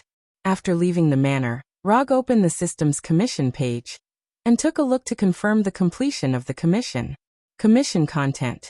Fight with Victigny. Commission status. Completed. Commission reward. 5 ninja coins sent. Unspent ninja coins. 400. Finally, he had enough ninja coins to exchange for the Sage Mode inheritance. Rog planned to return directly to his room, and then begin to exchange for the Sage Mode inheritance. But just as he was about to return to his room with the Flying Thunder God, he suddenly remembered something. I'm going to leave for a while. I'm not sure how long it will take. If the war ends early, help me give this hurricane's fury to Vigtigny. Rog found Thor in the city lord's hall, and then under Thor's confused expression he gave him the hurricane's fury and gave him a kunai. Before Thor could ask, he returned to his room with the flying thunder god, and then threw all the Kusanagi sword, round fan, armor, and other things back into the summon scroll. After exchanging for the Sage Mode inheritance, he will immediately start practicing the Sage Mode. However, Muguang City is not a very good place to practice. After preparing the food and living supplies, he left Muguang City alone. A few hours later, he arrived at a primeval forest where there were few people. This forest was quite a distance away from Muguang City. More importantly, there was no strategic significance in this place. So whether it's a Sari or Warner Protoss, they won't send any soldiers here. After using chakra perception to perceive the situation in the forest, he opened the system's exchange page and exchanged for the Sage Mode inheritance. 400 ninja coins instantly returned to 0, and all the information of the Sage Mode appeared in his mind. Sage Mode, in a strict sense, is also a kind of ninjutsu. It's just that the Sage Mode uses the Sage Mode chakra, and the ninjutsu released with the Sage Mode chakra is also called Sage Mode. By fusing physical energy and spiritual energy, one can obtain the ordinary chakra. On the basis of physical energy and spiritual energy, plus natural energy, one can form the Sage Mode chakra. The principle is very simple, but the difficult part is that the three types of energy must maintain an absolute balance, that is, according to a strict 1/3 ratio, to obtain the Sage Mode chakra. If the natural energy is more than 1/3, it will be swallowed by the natural energy and turned into stone. If it's less than 1/3, it can't fuse chakra, and naturally can't enter the Sage Mode. Rog has known the principle of chakra for a long time. But the key is that he doesn't know how to absorb the natural energy, and he doesn't know how to use it. In the Sage Mode information of the Shikatsu Forest, there is all the information he needs, including a set of training materials and notes. As for which senior these notes are from, there is no note in the information. Under normal circumstances, the Sage Mode can only be practiced in the 3 inheritance grounds, namely Shikatsu Forest, Mount Mayaboku and Ryochi Cave. The system considerately considered this problem, so it gave him a new ability. Inherent Barrier, Shikatsu Forest. Once activated, it can create the real Shikatsu Forest and replace the surrounding space with the real Shikatsu Forest. Simply put, the real Shikatsu Forest will replace the real world, but only for the duration of the inherent barrier. But compared to the real Shikatsu Forest, this Shikatsu Forest is very different. In the real Shikatsu Forest, there is a living slug that has lived for a long time, and its size is unknown. But in the real Shikatsu Forest, there is no living slug. If he wants to have a living slug in the real Shikatsu Forest, he can exchange it from the system. But the exchange price is a bit expensive. It's just a little cheaper than a tailed beast. After going through the information about Sage Mode in his mind a few times, Rog finally focused on the new ability, Inherent Barrier, Wetbone Forest.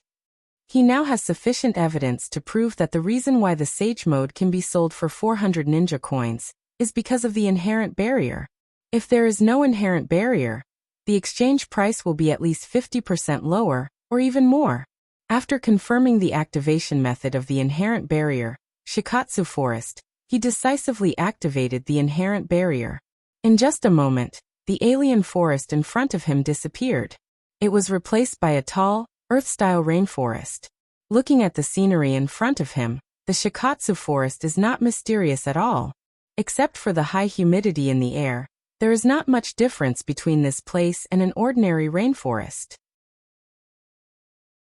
Of course, this may also be because he is too weak right now, so he can't discover the mystery of the Shikatsu Forest.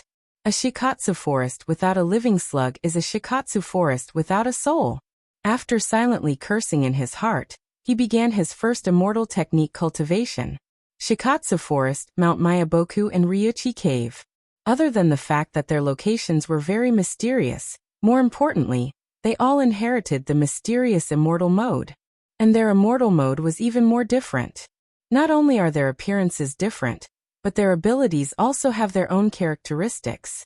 Sage Mode chakra can turn ninjutsu into Sage Mode and greatly increase the power. This is something that the Sage Mode of the 3 secret places can do. In addition, their Sage Mode has some unique advantages.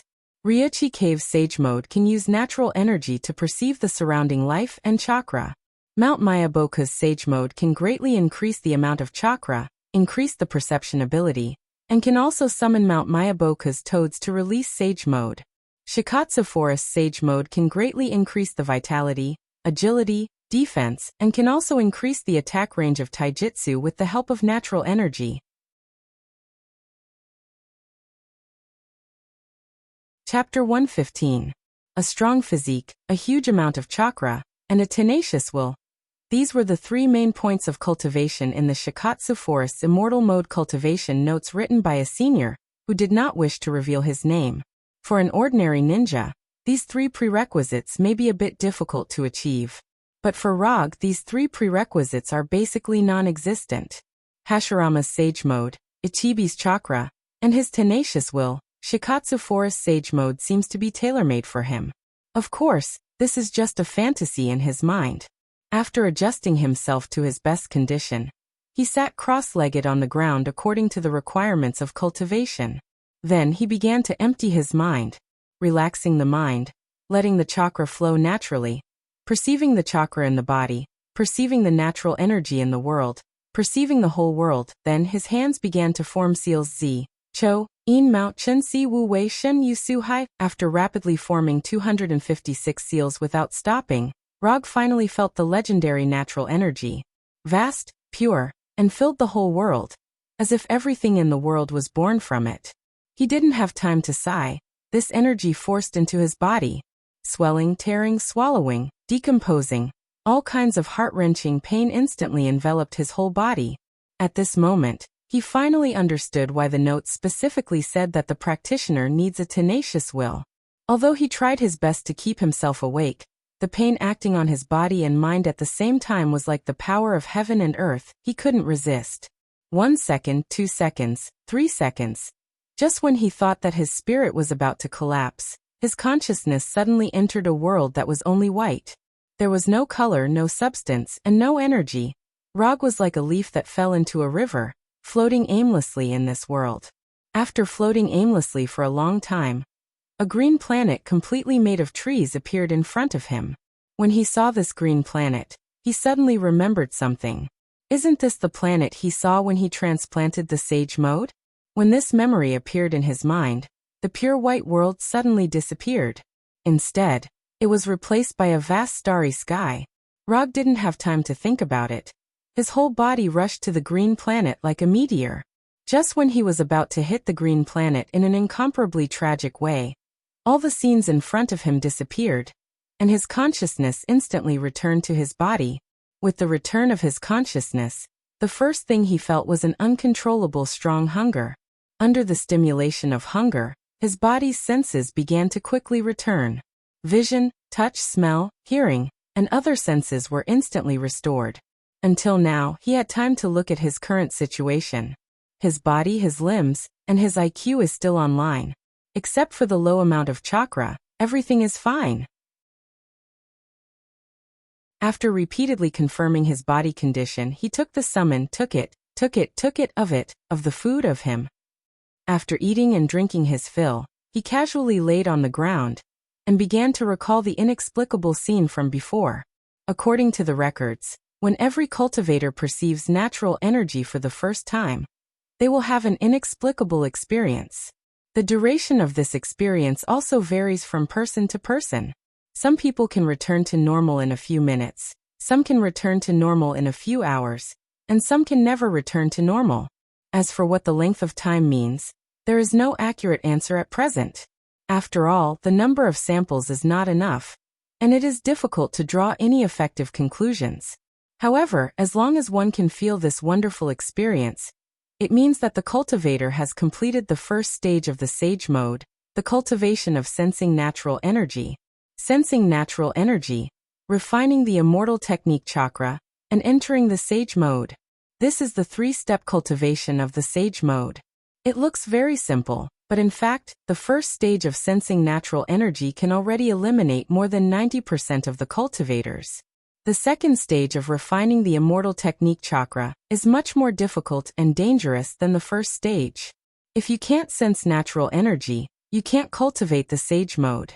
But if there is an accident in the process of refining the immortal technique chakra, then the stone puppets will be waving at you. Time flies. It has been half a year since Rog left Maguang City. In this half a year, he has put almost all of his energy into cultivating the sage mode. For this reason, he deliberately referred to Prince Ming's accelerated cultivation buff. He has to say that the Shadow Clone Jutsu is a very useful ninjutsu. In particular, the experience and memories would return to the original body after the seal was lifted. It was as if it was tailor-made for cultivation cheating.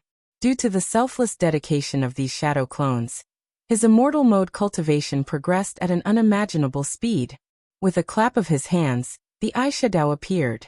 After spending half a year, he finally mastered this rapid makeup technique and inherited the sage mode from the Shikatsu forest. Although the red eyeshadow can only last for 15 minutes, for the current him, it is completely enough. And as he guessed, the sage mode of the Shikatsu forest, the sage body, and the wood release have some unknown mysterious connection. After mastering the sage mode of the Shikatsu forest, he can clearly feel the changes in his physique, physical strength, and recovery ability have been improved qualitatively. The most intuitive feeling is that even if he releases the electromagnetic gun 3 times in a row, his right arm will not have any problem. The further improvement of the sage body also led to a further increase in his chakra capacity. The era of the Achibi is over, and now it is the era of the Nibi. Compared with the increase of chakra, the changes of the wood release are much more ordinary. It is nothing more than the wood dragon and the wood golem becoming bigger and stronger, and adding a few more would release ninjutsu. It's time to go back. After removing the inherent enchantment, Shikatsu forest, Rog began to perceive the Flying Thor Kunai's Flying Thor technique. Before leaving Maguang City, he deliberately left a Flying Thor Kunai for Thor, just for this moment. Found you. After perceiving the Flying Thor technique, his figure instantly disappeared from the forest. When his figure reappeared, the first thing he saw was Saul, whose clothes were in a mess and who was gasping for breath. Did I come back at the wrong time?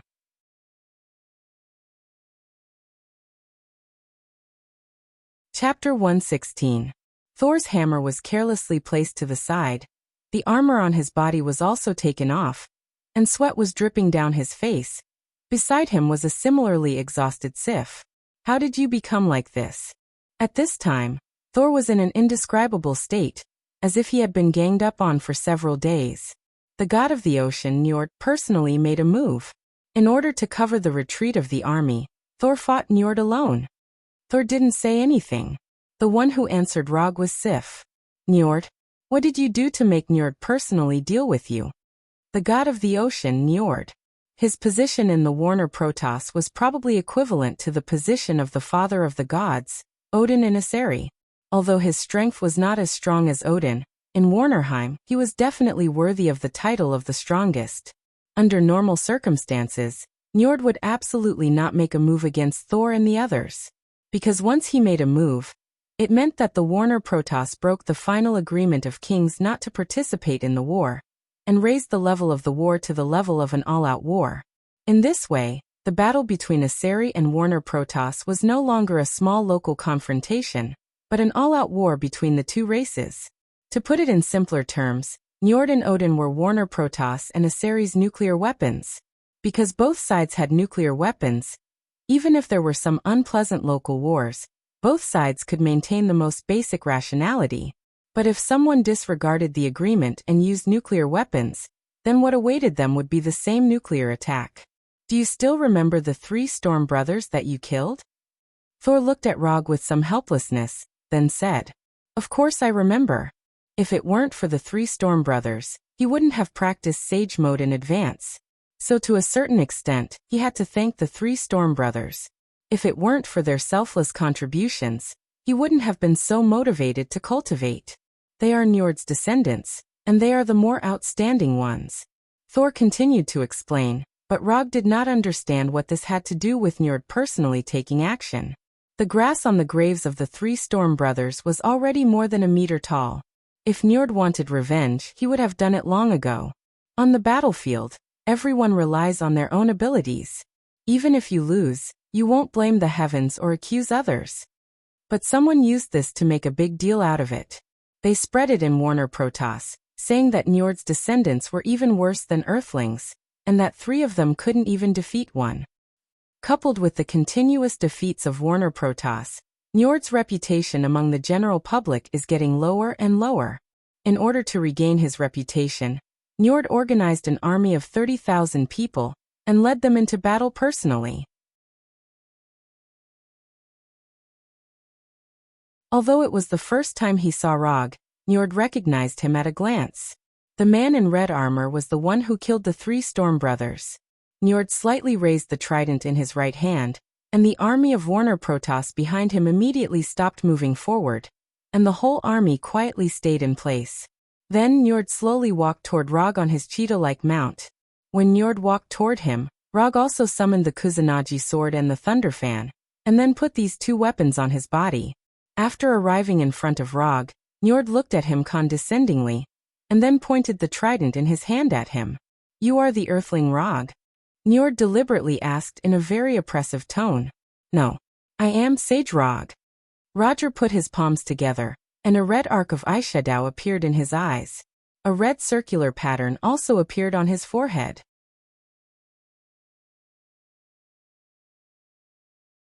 Chapter 117. The moment he put his hands together, the chakra in Rog's body turned into chakra.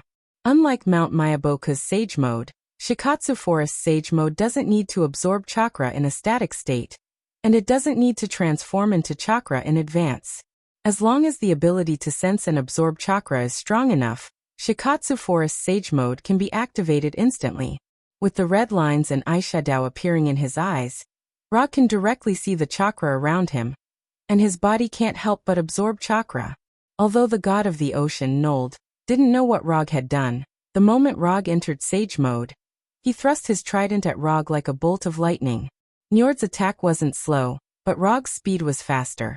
After entering Sage Mode, Rog's strength, speed, and physique have undergone a qualitative change. Especially the vitality of his body. It has increased to a terrifying level. Handprint healing. In Sage Mode, Rog is the same as Hashirama, he can automatically recover when he is injured. In other words, in Sage Mode, not only can he fight, but he can also take a beating. When the flashing trident was about to reach him, Rog used the body flicker technique and disappeared in an instant. However, he didn't retreat. Instead, he used the body flicker technique's explosive power to jump high. Sage Mode. Otama Rasengan. The Otama Rasengan with a diameter of 1 meter instantly appeared in his right hand, and then he fiercely attacked Njord on his mount. As the strongest of the Warner Protoss, Njord naturally won't be hit so easily. He suddenly raised his right hand holding the trident, and the tip of the trident pierced the Otama Rasengan in Rog's hand. Boom! An energy storm mixed with Senjutsu chakra and storm force erupted with a loud bang. The shock wave generated by the explosion swept out in all directions at a speed faster than the speed of sound, and spiderweb-like cracks appeared on the ground within a few hundred meters. The shock wave of the explosion lifted Rog in the air, and Njord's mount directly knelt on the ground and let out a painful howl. Rog hasn't landed yet, but his attack was once again in front of Njord. Flying Thor Kunai. Dang. Njord waved his trident, and the Flying Thor Kunai was blocked and bounced to the ground. Rog did not expect the Flying Thunder God Kunai to hit Nold in the first place. All he wanted was a set of coordinates that he could teleport to. When the Flying Thunder God Kunai stabbed into the ground, he disappeared from the sky again. Immortal Method. Lightning Release. Chidori Blade. Relying on the Flying Thor, he instantly flashed to Njord's right side, and the Kusanagi sword wrapped in lightning drew a beautiful arc. Njord didn't expect that Rog, who was blown away by the explosion, could actually come to his side in an instant. He didn't expect that Rog's sword would have such a terrifying speed. Now there were only 2 paths in front of him. Either he continued to sit on his mount and use his body to resist the sword, or he abandoned his mount and took the initiative to avoid the sword. In the blink of an eye, Nold made his decision. His body slightly leaned to the left, and then he turned around and instantly left his mount. Njord avoided Rog's lightning-like sword, but his mount wasn't so lucky. The Kusanagi sword directly cut through the mount's neck, directly ending the life of the mount. After the lightning killed Njord's mount, Rog didn't have time to withdraw his sword. Njord's attack arrived in front of him. It was a purple lightning ball with a diameter of 2 meters, flying straight toward him with the momentum to overturn mountains and seas. Even if he had the sage body and entered the sage mode, Rog absolutely couldn't resist the damage of this ball of lightning. However, he didn't need to use his body to resist this ball of lightning. When this powerful ball of lightning was only 2 or 3 meters away from him, a huge palm of 3 or 4 meters in size emerged from the ground and directly grabbed the ball of lightning. Immortal method. Wood release, wood puppet technique. I often say that in the past, Hashirama used the wood puppet to catch the Kyuubi's by Jidama with his bare hands. Today, Rog used the wood puppet to catch the sea god Njord's ball of lightning no problem. When the huge palm caught the ball of lightning, wood puppet Arhut, whose height soared to more than 40 meters, climbed out of the ground. Although Wood Arhut's appearance didn't seem too oppressive, at this time, seeing Wood Arhut catch the ball of lightning with his bare hands, the Warner Protoss soldiers couldn't help but have the feeling that Wood Arhut was an abyss demon. Holding a ball of lightning that constantly released strong electric current in his right hand, and a wooden dragon with a long hooked nose wrapped around his body, Wood Arhut appeared directly in front of everyone. Here you go. Under Rog's control, Wood Arhut's right hand was like a meteorite falling from the sky towards Njord. At this time, Njord finally understood why the 3 storm brothers who had awakened the power of the storm lost to Rog in the Battle of Champions. This earthling can't be allowed to live. Although Njord's height was less than 2 meters, he didn't have any intention of dodging or retreating. Instead, he directly raised his trident and stabbed towards Wood Arhut's right hand. In terms of size, Njord's action was like a mouse roaring at a lion. But as the strongest of Warner Protoss, Njord obviously wouldn't do such a meaningless action. Boom. When Wood Arhut's right fist that was holding the ball of lightning collided with Njord's trident, an even stronger energy storm than before erupted. The shockwave from the explosion even directly swept through the Warner Protoss soldiers 1 kilometer away, causing the originally neat and orderly formation of the Warner Protoss to suddenly become a mess. The trident in Nold's hand collided with the wooden Arhut's right fist, which was several times larger than himself. The trident that was about the size of a toothpick in front of Wood Arhut not only blocked Wood Arhut's right fist, it also didn't bend at all. This kind of unscathed state was no longer something that could be explained by the strength of the trident itself. Before Wood Arhut could retract his right fist, the trident in Njord's hand shone with an ocean-like blue light. Then an indescribably shocking scene appeared in front of Rog. On this plain far away from the ocean, a 40 to 50 meters tall and several hundred meters long wave appeared out of thin air in front of him. It was like a natural moat formed by the waves, towering in front of him. Ocean god Njord was starting to get serious.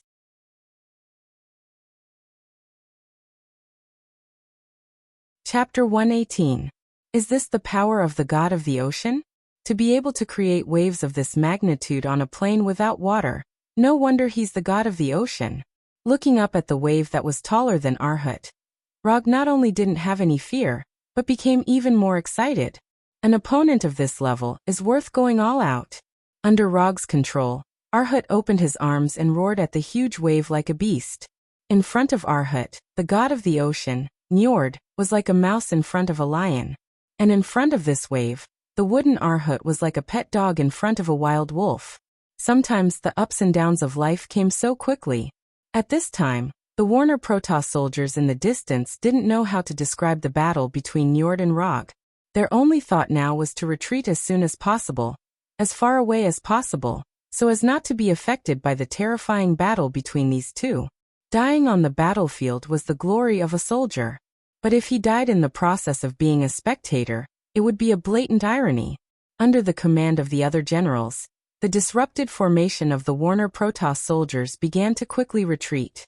At the same time, on the other side of the plain, Thor and the three warriors of Sengoku were also shocked. They knew that Njord was very strong, the strongest of the Warner Protoss. But they didn't expect that Njord could use divine power to directly create a vision of heaven and earth that went against the laws of nature. And what surprised them even more was that Rog, who had been missing for half a year, could actually fight Njord back and forth. Moreover, judging from the few exchanges just now, he had a slight upper hand. He has a power similar to divine power, but I've never seen this type of power. As the only one present who had awakened divine power, Thor was the only one who could detect the natural energy in Rog's body. Divine power? Earthlings can also awaken divine power? Sif wasn't suspecting Thor, but it sounded a little unbelievable. It's not the kind of divine power that we understand. It's just somewhat similar to divine power. It can borrow natural energy. Rog immediately noticed Thor's arrival, even though he didn't pay attention to Thor's situation. After entering Sage Mode, his perception ability had been significantly improved, especially in the area of natural energy perception, which had an unparalleled improvement. Thor, who had awakened the power of thunder, was like a walking human-shaped lightning bolt. Moreover, it was the kind that kept releasing electricity. Therefore, as soon as Thor appeared, he would be able to sense Thor's arrival. But now he didn't pay attention to Thor because he still had a troublesome wave to deal with. Under Njord's control, the tens of meters high wave rushed towards Arhut like a ferocious beast.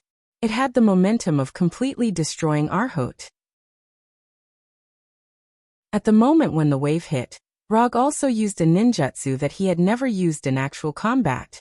Sage Mode would release World of Trees Descending.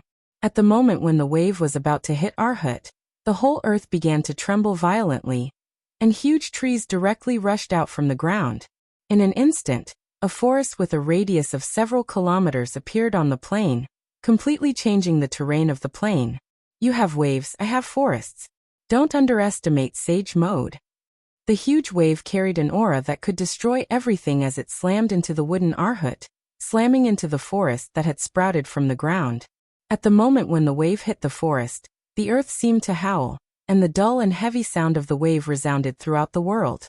The waves flowed through the forest like a flood, destroying a large number of trees. An obvious gap appeared in the originally dense forest. When the seawater dissipated, the forest was still standing on the ground, and Arhut was still standing. Now it's my turn. Rog didn't give Njord a chance to launch another attack. Arhut's fists were like Gatling guns as they bombarded Njord. The Gatling Bodhisattva of Namo had saved the world with great compassion. 3,600 revolutions in a single breath. Physics is converted to Buddha. Yula Yula Yula Yula. The last time this happened was when the destroyer was made of URU metal. Njord was not the destroyer, but the wooden Arhut was not the wooden Arhut of the past. Right now, the wooden Arhut was burning the immortal technique chakra. Just as Arhut's physical fist was about to hit Njord, a spherical barrier made of light blue light appeared in front of him, completely blocking Arhut's fists that could destroy rock and steel. Although the spherical barrier was only a few centimeters thick, it was like an absolute domain, blocking all of the wooden Arhut's attacks. The dull sound of the attack was like the sound of war drums, reaching everyone's ears. While the light blue barrier blocked Arhut's attack, Njord once again raised the trident in his hand. The cloudless sky was suddenly shrouded in dark thunderclouds. Along with the appearance of the thunderclouds, there was also a downpour of rain, a whistling hurricane, and a rapidly rising sea level. Waves, lightning, torrential rain, hurricanes. This was the full power of Njord's ocean godly power. The warriors of the Warner God clan, who had already retreated several kilometers, after seeing this apocalyptic phenomenon, did not need anyone to order them to quickly retreat again. Should we go up and help? Sif came to Thor's side and asked. No need. Without awakened godly power, we can't get involved in their battle. Thor was currently the only person qualified to get involved in the battle, but he had no intention of getting involved. Although he didn't know what Rog was thinking, he was certain that Rog was enjoying the battle. Relying on his ocean godly power, Njord directly changed the weather within a dozen kilometers, creating his own domain. You use the forest to change the terrain of the plains. Then I'll turn the entire plains into an ocean. Wrath of the god of the sea, the sky and earth changed color.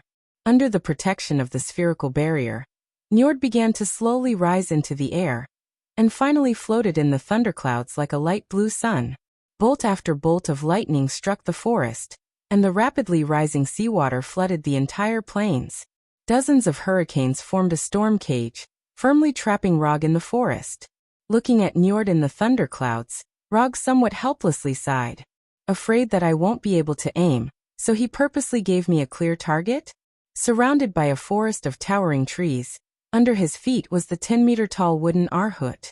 Rog stood on the wooden R-hut's head, and had no intention of leaving. Since Njord purposely gave him such a clear target, it would be unreasonable not to hit him. Immortal spell, lightning escape, spiral electromagnetic gun.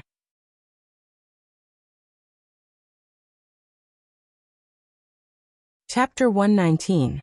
With a thought, the light blue spiral electromagnetic gun with lightning wrapped around it appeared in Rog's right hand. Looking at the spiral electromagnetic gun in Rog's hand, the god of the ocean Njord snorted in disdain. You want to use this to defeat me? Aren't you looking down on me too much? Njord knew exactly what the spiral electromagnetic gun in Rog's hand was, and he also knew that Rog used this move to defeat Victigny and her sister. But he still didn't think that the spiral electromagnetic gun could hurt him. He was the god of the ocean, the strongest of the Warner Protoss. The spiral electromagnetic gun could defeat Victigny and her sister, but it could never defeat him. This was the confidence of the god of the ocean. Glancing at Njord, who was high above, Rog slowly raised his right hand and aimed the spiral electromagnetic gun at Njord. From the outside, the spiral electromagnetic gun in his hand was no different from the last one. But in fact, the spiral electromagnetic gun this time was more than 10 times stronger than the last one.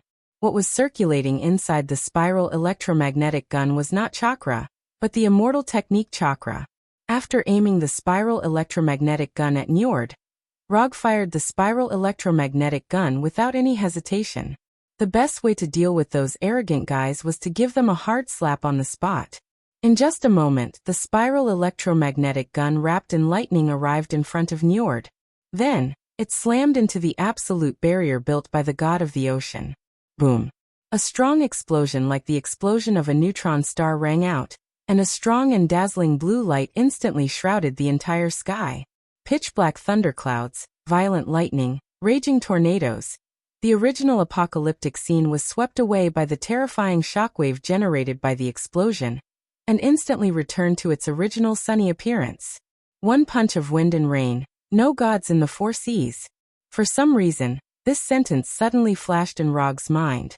Before he could think about it, the shockwave generated by the explosion roared like a tsunami and slammed into R-hut, the wood and the forest.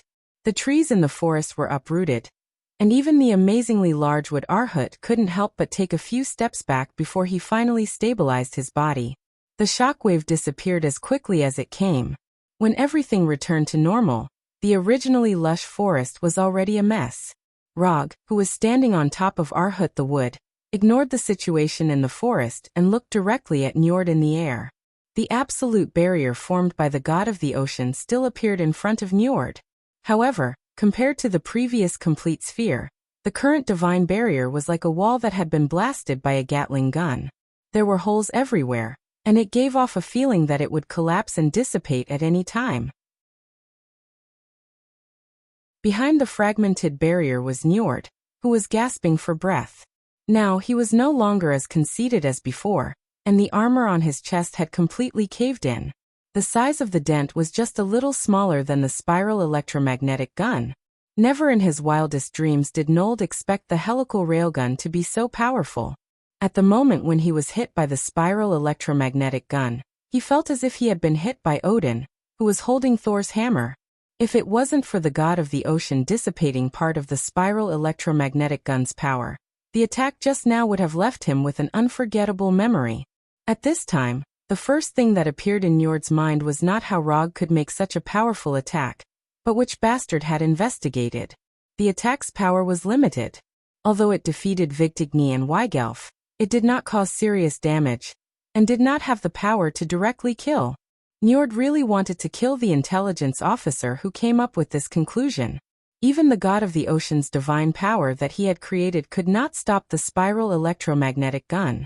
This attack's power could not only seriously injure Victigny and Weigelf, but it could also instantly kill them. The last time he suffered an attack of this level was more than 1,000 years ago when he fought with Odin. It was also because of that defeat that Warner Protoss signed a peace agreement with Aseri. Thinking of this, Njord seriously looked at Rog, who was on top of Arhut. This guy, could he be Odin's illegitimate son? The power of thunder was Odin's specialty, and the spiral electromagnetic gun just happened to contain the powerful power of thunder. Just as he was randomly guessing the relationship between Rog and Odin, he saw the familiar spiral electromagnetic gun in Rog's hand. Again.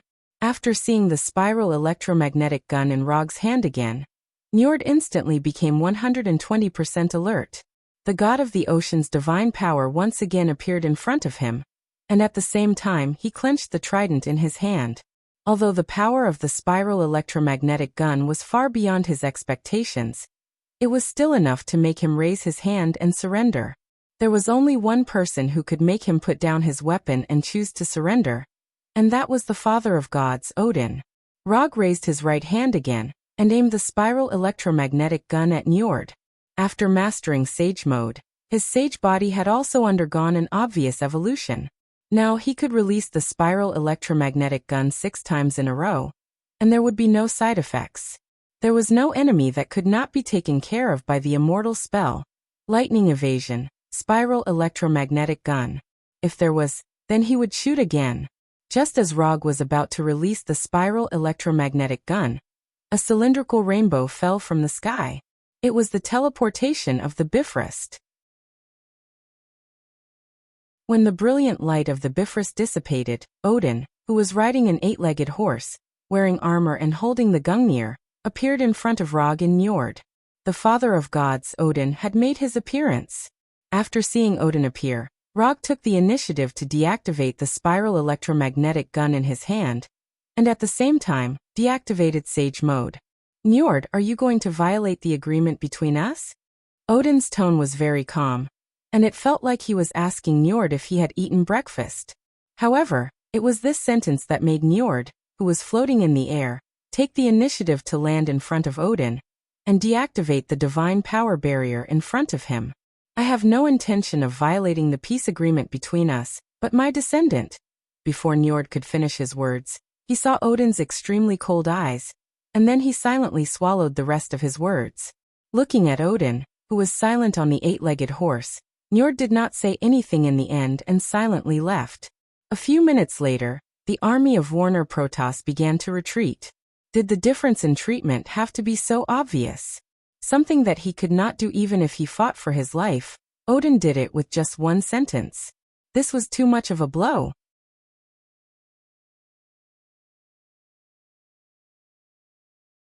Chapter 120. What was a big shot? As long as he appeared, no matter how complicated things were, they would become incomparably simple. When Odin personally came to Warnerheim, the chaotic Warnerheim immediately returned to its original order. Warner Protoss returned to its original territory without a word, and the peace agreement signed thousands of years ago came into effect again. Except for the soldiers who died in battle, and the people who were displaced due to the war, everything returned to its original state. In less than 2 days, Asgard took care of all the things in Warnerheim, and the troops began to return to Asgard. Before returning to Asgard, Rog went to see Victigny again, and returned Victigny's Wrath of Hurricane to her. Then he left Warnerheim like a scumbag who didn't recognize anyone after pulling up his pants. After returning to Asgard through the Bifrost, Rog suddenly found that Asgard was obviously different from when he left. In other words, he finally felt the magic of Asgard. Natural energy. The natural energy was so rich that it was unreasonable. Even if he didn't enter Sage Mode, he could clearly feel the excessive natural energy. Living in this environment, even an ordinary earthling could be strengthened to the point of superhuman. In the next few days, the whole of Asgard celebrated the victory of the troops who went out to battle. As for the soldiers who had contributed to the war effort, they had also received their due rewards. Except for Rog. Is this military merit list serious? Hogun and the others got a reward, But I didn't? Rog looked at the military merit list that had just been released in his hand and asked in confusion. To be precise, you're not the only one who didn't get a reward. Thor's name won't appear on it either. Sif casually explained. He is him and I am me. He's the heir to the throne, and the whole of Asgard will be his in the future. But I'm not. Although he didn't fight for the military merit, Odin's way of doing things was still very disappointing. The reward wasn't important, but it was meaningless if he didn't even show some appreciation. By the way, His Majesty wants you to go see him after the banquet. Tonight? If Rog remembered correctly, Asgard's banquets usually lasted until the wee hours of the morning. Yes, tonight. After receiving Sif's confirmation, Rog suddenly had a bad feeling. Odin was so old, it shouldn't be. After the banquet ended, Rog was led by the royal guards to the highest observation platform of the Golden Palace. Apart from Odin, there was no one else on the huge platform. At this moment, Odin was clad in golden armor, and the tip of the Gungnir emitted strands of electricity from time to time. You're here. Odin was the first to speak. Yes, I'm here, Rog replied simply. Are you very curious why your name isn't on the list of military merit? Odin turned to look at Rog and said calmly. I'm not particularly curious. Since you've removed my name from the list of military merit, you must have your own considerations. As the king of Asgard, Odin obviously couldn't write the list of military merit himself. What he needed to do was to review the list of military merits submitted to him and determine the final reward. Rog was very sure that his name was definitely on the list of military merit, because he had taken a look at the list before submitting it. You're a smart young man, so I hope that our conversation will only be between the two of us. Apart from Rog and Odin, no one knew what they were talking about. The next morning, the royal guards handed over the thunderclap round fan and the 9 flying Thor kunai that Odin had personally enchanted to Rog, responding to summons and flying autonomously. This was a magical effect that Rog had specially requested, and Odin had fulfilled his small wish.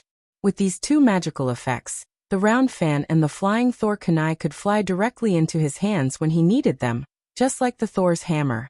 After testing the effects of the round fan and the flying Thor kunai, Rog placed them back into the mediumship scroll with great satisfaction. Order had been restored in Warnerheim, and the Bifrost had been rebuilt. It was time to return to Earth. It had been more than 9 months since he left Earth. Although he spent most of his time in Warnerheim, he was quite satisfied with this trip. He increased the amount of chakra, mastered Sage Mode, and learned new ninjutsu. He also got hundreds of kilograms of URU metal. The round fan and the flying Thor kunai were also enchanted. In conclusion, the past 9 months had been quite meaningful. Okay, don't send me off. If there's a chance, I'll see you on Earth. After saying goodbye to Thor and the 3 warriors of Sengoku, Rog's figure directly disappeared in the brilliant light of the Bifrost. Because there was no specific request for the teleportation location, Heimdall directly set the teleportation location in the original city of Anticapuant. I'm finally back. Glancing at the blue sky, Rog sighed silently, and then began to perceive the flying Thor technique in New York. The next second, his figure completely disappeared. Rog did not directly return to the office, but directly teleported to his secret nest. But when he returned to this long-lost home, his face became a little ugly. After more than 9 months of vacancy, the originally clean house was covered with dust, and the turbid air irritated his nose all the time. Shadow clone technique. With a thought, a total of 30 shadow clones appeared in front of him. It was absolutely impossible to clean by himself, and it was not appropriate to contact a housekeeping company. So he immediately thought of the shadow clone technique. A shadow clone technique that only knows how to fight is definitely not a good shadow clone technique. After handing over the cleaning job to the shadow clone technique, Rog once again used the flying thunder god and teleported directly to the office. However, when he teleported back to his office, he saw a woman with dark brown curly hair, who looked to be in her early 20s. Who are you? Rog and the young woman asked at the same time. You first. After hearing Rog's question, the young woman did not answer his question, but trotted out of the office. Within a few seconds, the woman returned to the office, and Rog's assistant, Erica, came back with her. "Rog, you're back?" After seeing Rog, a look of excitement appeared on Erica's face. But she quickly calmed down, and then said to Rog, "Her name is Sky, a hacker in the hacker organization Rising Tide."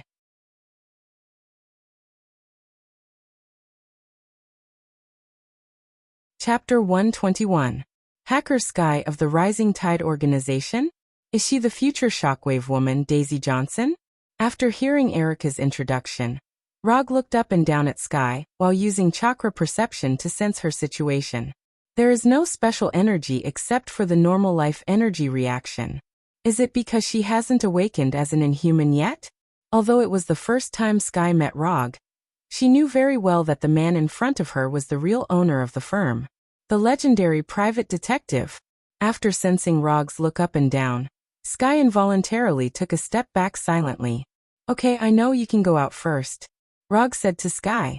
When Sky left the office, Rog asked about what had happened in the past 9 months. In the next half an hour, Erica briefly introduced what had happened in the past, and expressed the idea of letting Sky stay in the firm. In the past 9 months, nothing particularly sensational happened.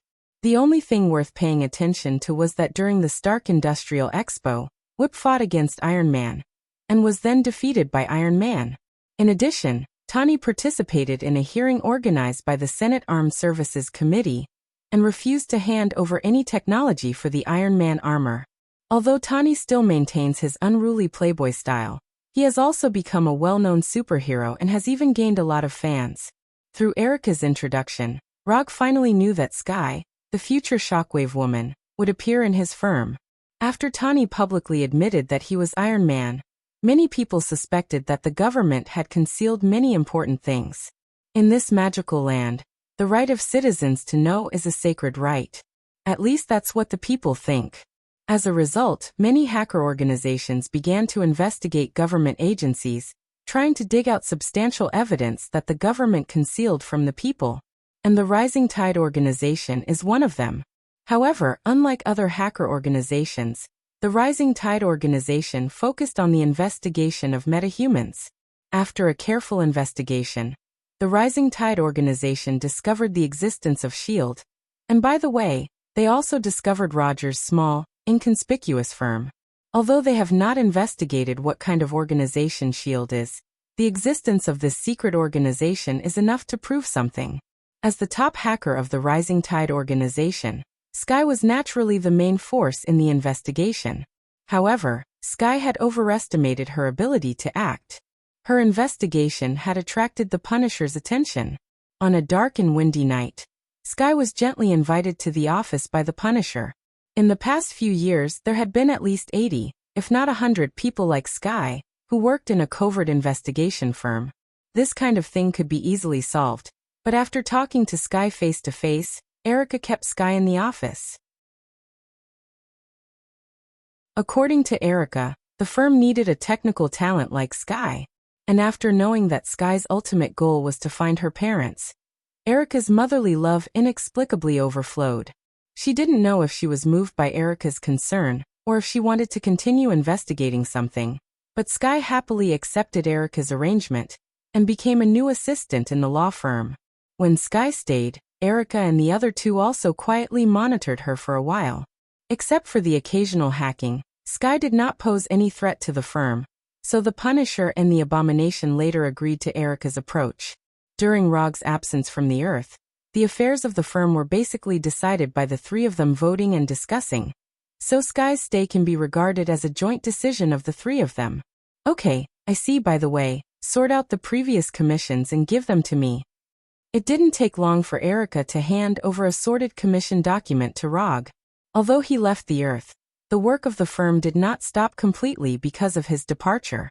Erica is responsible for receiving commissions, and the Punisher and the Abomination are responsible for completing them. Of course, sometimes Erica herself will complete some commissions, but most of the commissions are completed by the Punisher and the Abomination. Also, unlike him who accepted random commissions, Erica and the others were obviously more focused when they accepted commissions. They were not as confusing as he was.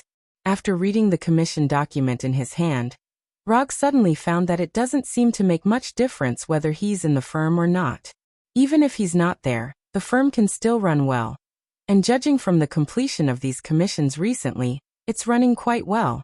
In the next month or so, Rog resumed his commission career and successfully earned 40 ninja coins with the remaining 3 commission scrolls.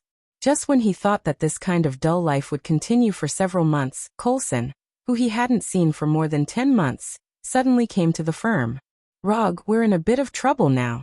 After that, Coulson directly handed the strange-looking tablet in his hand to Rog. "You need to look at this, look at it now," Coulson said to Rog with a serious face, with a serious look on his face that he had never seen before. "Don't be so nervous, relax," Rog said to Coulson with a smile, and turned on the tablet casually. Then his face became extremely serious. There was only one surveillance video on the computer, and it was last night's surveillance video. In the video, there was an empty laboratory the size of a basketball court. In the middle of the laboratory, there was a complex instrument. A few seconds later, a blue light shot out from the center of the instrument.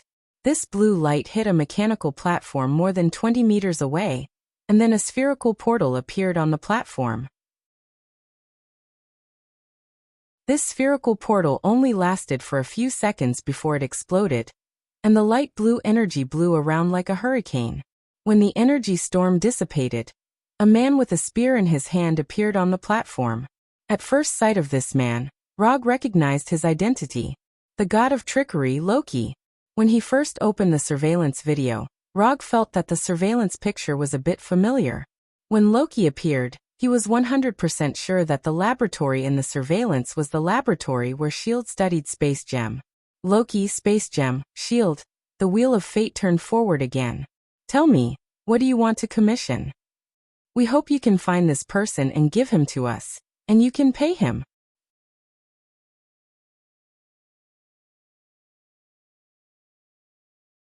Chapter 122. 500 million US dollars. At this time, there is no need to be polite to S.H.I.E.L.D., they have money anyway. And compared with the Space Stone, 500 million US dollars is nothing. No problem. Coulson has obviously been fully authorized by Nick Fury and agreed without thinking about it. As usual, write the commission content. Remember to send the reward in advance. After that, Rog handed an unused commission scroll to Coulson. Judging from the system's previous performance, the possibility of this commission passing the judgment is extremely high, and if nothing unexpected happens, the commission reward given will also be amazing. Although he was mentally prepared, Rog couldn't help but take a deep breath after seeing the commission information that appeared on the system commission page. Commission content: capture Loki and hand him over to S.H.I.E.L.D.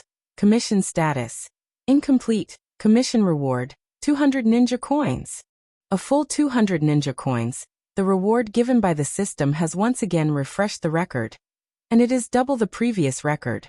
The last time he captured Hulk, the system only gave a reward of 100 ninja coins. After seeing the commission reward this time, Rog felt that he suddenly liked Loki. "Loki, you are really too good. What is prestige? What is status? This is it. You can take this kunai with you. When you are ready, just let me know." After taking the Flying Thor kunai from Rog, Coulson quickly left the office and began to go to Stark Building. At the same time, Black Widow Natasha also found Dr. Banner in Canada, who had become single again. At noon the next day, Rog received a call from Coulson.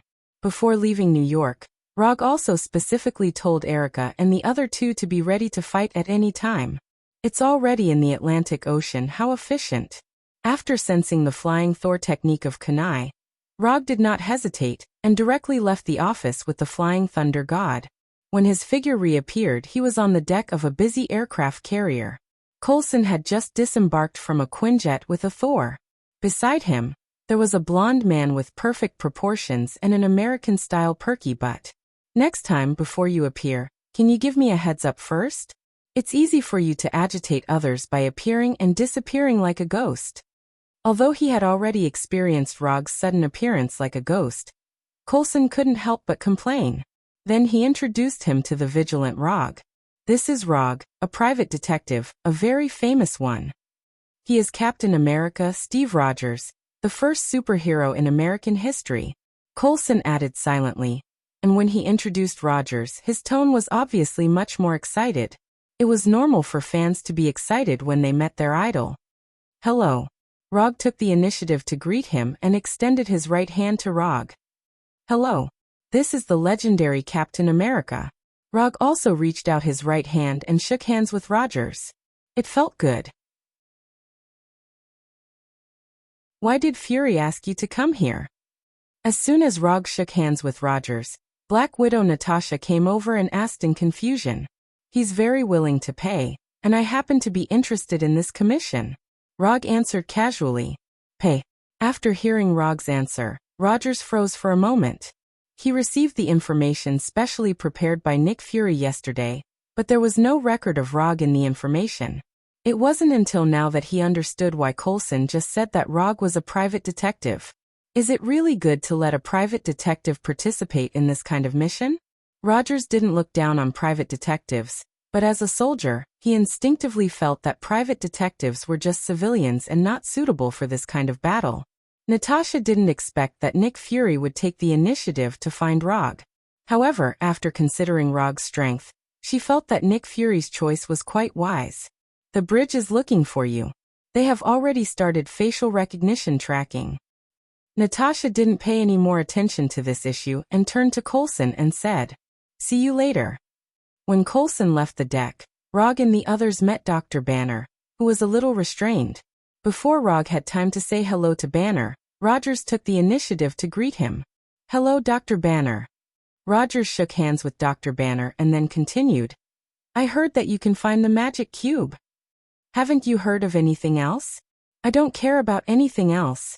Rogers' answer made Dr. Banner a little more relaxed. Dr. Banner looked around and then said, "You must think all this is strange, right? To be honest, I have a feeling that I haven't felt in a long time." While Rog was talking to Dr. Banner, Natasha came to Rog's side and whispered, "Did Fury really just ask you to find the magic cube? Why do I feel like he might have used you as some kind of safety device?" "Strictly speaking, I'm not here to find the magic cube. I'm just here to capture Loki. As for the safety device, I don't think Fury needs an outsider like me as the final insurance." Rog knew exactly what Natasha meant by a safety device. Although Dr. Banner is now gentle, once he gets angry, he will be crazier than the craziest beast. "Let's go in quickly, we won't be able to breathe here soon." Natasha didn't continue to dwell on this issue and said directly to Rogers and Dr. Banner, who were not far away. As soon as Natasha finished speaking, the announcement that the deck was cleared sounded on the deck. "Is this a submarine? It can't be? Do you want me to stay in a sealed and pressurized metal tank underwater?" Both Rogers and Dr. Banner guessed something, but their imagination was still a little weak. When they came to the edge of the deck, they saw the turbo-type flight engine that was slowly rising. This is not an aircraft carrier, but a helicarrier. Led by Natasha, Rog and the others came to the bridge of the helicarrier and saw the busy SHIELD staff, as well as Nick Fury, who was wearing a black leather trench coat. "Sir, we have reached the predetermined altitude." "Very well, let's disappear." Nick Fury, who was standing in the commander-in-chief position, gave the order decisively. "Hello, everyone." Nick Fury turned around and greeted Roger and the others. At this time, Rogers of the American team silently took out $10 and handed it to him.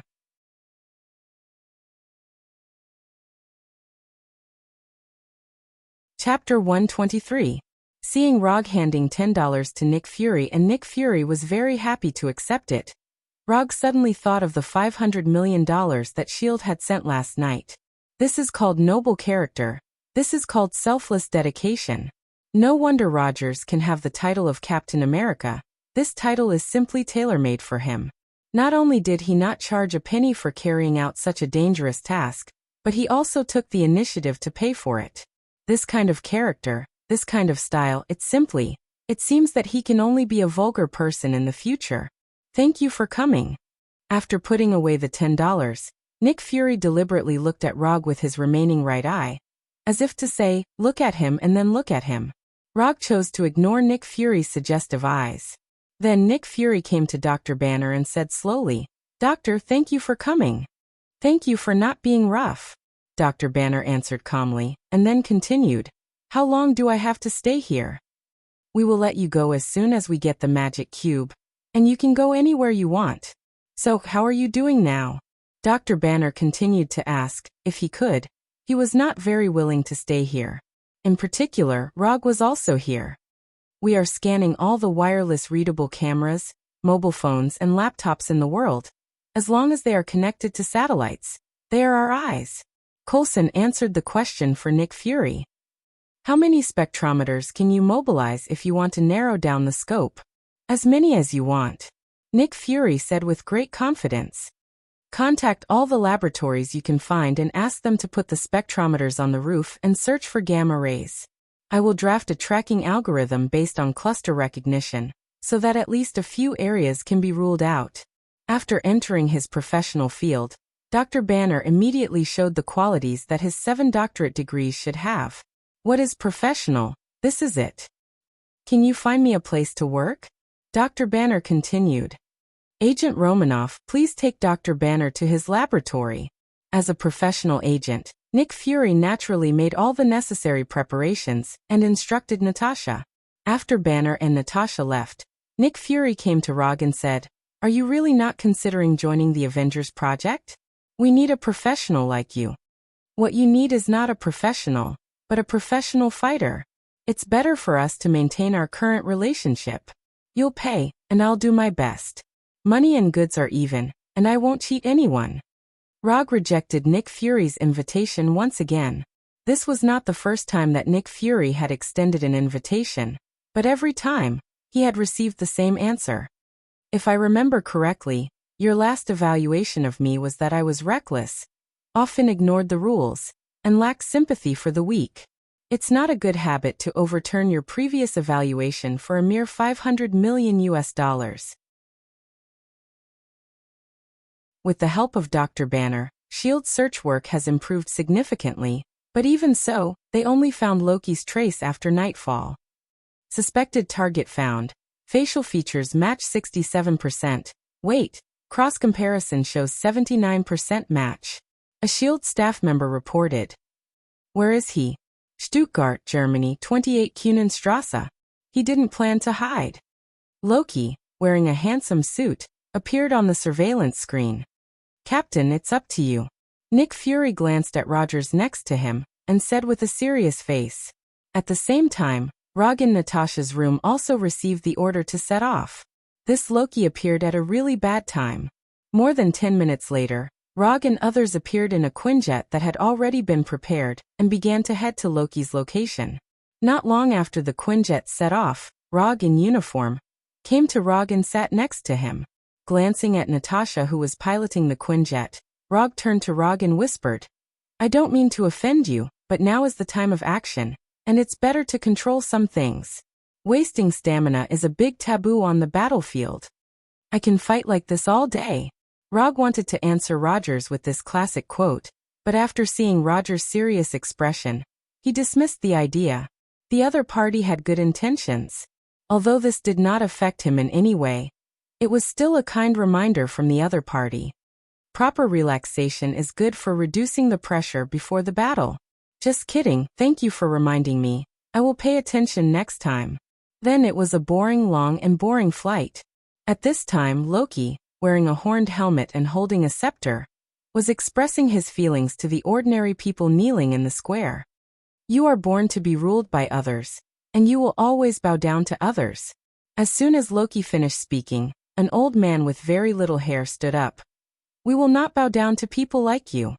You'll never find someone like me again," Loki said in a superior tone.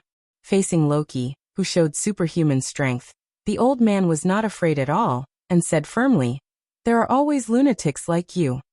Everyone look at this old man. I will use him as an example to others." After that, Loki pointed the scepter in his hand at the old man, who stood up, and the tip of the scepter shone with a light blue light. Whoosh! The next second, a ball of energy flew toward the old man like a cannonball. Just as the energy ball was about to hit the old man, Rogers descended from the sky, blocked the energy ball with the shield in his hand, and bounced the energy ball back. Bang! Loki, who was caught off guard, was knocked to the ground by the energy ball he fired. You know, the last time I came to Germany, I also met a person who stepped on others. After blocking the energy cannonball, Rogers of the American team walked towards Loki, who was lying on the ground. Where did these people learn the habit of chatting before fighting? Isn't it better to just fight? Loki, who was knocked down, stood up immediately. Just as he was about to say a few harsh words to Rogers, he saw a person who was falling rapidly, a somewhat familiar person. Is it Rog? Why is he here? Isn't he at Asgard? Has the Bifrost been repaired? In an instant, several questions appeared in Loki's mind at the same time. Before he could think of any results, he saw a flying Thor kunai shining with a light silver metallic light in front of him.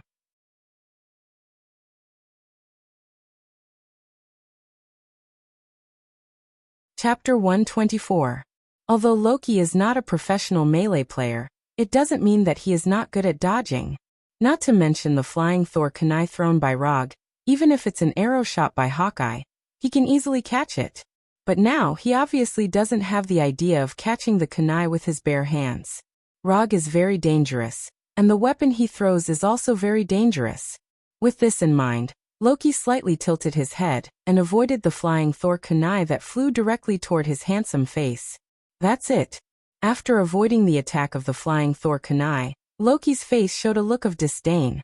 However, in the next second, his disdain turned into shock. Rog, who was still falling rapidly in the air, instantly flashed in front of him, and his left hand grabbed the flying Thor kunai that just flew over his head. In Rog's right hand, there is a palm-sized light blue ball. Rasengan. Rog didn't give Loki any time to react. The Rasengan in his right hand directly pressed on Loki's chest. Boom. At the moment of contact with the Rasengan, Loki felt a strong twisting and tearing force. Then his whole body was sent flying, and he crashed heavily into the house behind him. Leave him to me. I have a personal friendship with his brother. You are responsible for evacuating the crowd, Rog said to Rogers without looking back. But he soon found that his words just now were a little superfluous. The onlookers kneeling in the square didn't need anyone to remind them. After seeing Loki flying out, they scattered like a nest of frightened mice. How did you do that just now? Rogers of the American team came to Rogers' side with his shield and asked in confusion. You can simply understand that these are my superpowers. Rog didn't intend to explain to Rogers what ninjutsu is. This kind of thing will only be more complicated. Just as Rogers was about to continue to ask something, Loki, who was hit, came out of the broken wall. Although the power of the Rasengan is not bad, it depends on who it hits. For Loki, a frost giant, although the Rasengan hurts a little, it's not enough to knock him down with one blow. At this time, Loki has completely lost his previous arrogance and disdain. The appearance of Rog can be said to have completely disrupted his plan. Rog's appearance means that Bifrost is repaired, and Bifrost's repair means that Thor will come at any time. Should I change the plan? Just as Loki was considering whether or not to change himself, Rog once again appeared in front of him. Body flicker technique. The flying Thor kunai in Rog's hand pierced Loki's heart like lightning, and then it directly passed through Loki's body. Illusion. The reappeared Loki was just an illusion. As a sorcerer S's, TSS, TSST. 3 Tomo Sharingan open. In an instant, Rog's eyes turned blood red, and then he quickly glanced around. Streets, squares, roofs. After a quick observation of the surrounding environment, Rog did not find any trace of Loki. Since he can't see him with his eyes, he'll use another way. Chakra perception. Loki can use magic to change his figure and create illusions to mislead the enemy, but his life strength and energy intensity are not so easy to change. Especially in a place like the Earth, his frost giant's life strength is as obvious as the moon in the night sky. He's running really fast. At this time, Loki had run out of several streets, decisively like an Olympic athlete in a 100-meter sprint. However, Loki didn't expect that at this time. A man in a red Iron Man armor would fly towards him, and without thinking he gave him 2 energy cannons. Boom. Loki, who was running wildly, was hit by Iron Man Tani's 2 arc pulse cannons, and he flew out in an extremely embarrassing manner. Make a move, Bambi. Loki, who was hit, just sat up and Iron Man Tani opened all the weapons on his armor and pointed them at him. Under Tani's naked threat, Loki decisively lifted the magic on his body. The armor on his body and the horned helmet on his head quickly disappeared. And then he silently raised his hands. That's a good boy. Tani put away his weapon, and Rog and Rogers also rushed over at this time. The next thing was much simpler. When Tani and Rog escorted Loki to the Quinjet, Rog picked up the scepter that fell aside. Is this the scepter that hides the Mind Gem? Mind Gem, the embodiment of the universal consciousness, can dominate the mind of all creatures, can read, modify, manipulate, and create the spirit of life. Even with a light touch, it can change the mind of the target. Even Rog, who has seen a lot, couldn't help but get a little excited at this time. However, when he picked up Loki's scepter and seriously perceived the blue gem at the top of the scepter, his face became extremely ugly. There is a ghost mind gem in it. Inside the blue gem at the top of the scepter, there is nothing but a huge amount of energy of unknown origin. Is there really no mind gem? Or is this scepter just a forgery? If the scepter is a forgery, it will be a little better, as long as the genuine one is found. If this scepter is genuine, then the problem is very serious. This means that in the future he will no longer be the one he knows, and he will lose an extremely powerful invisible golden finger. After a helpless sigh, Rog boarded the Quinjet with the scepter that he didn't know if it was genuine or not. Did he speak?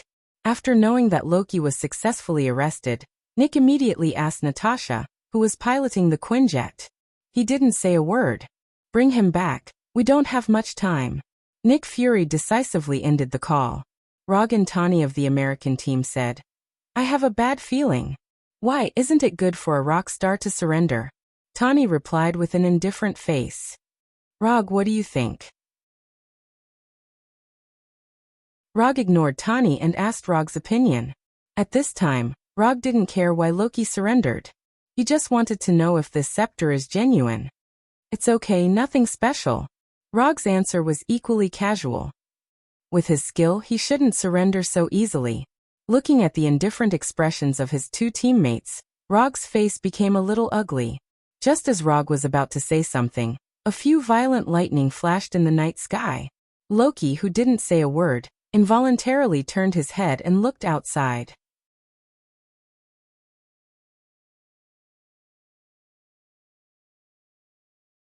Chapter 125.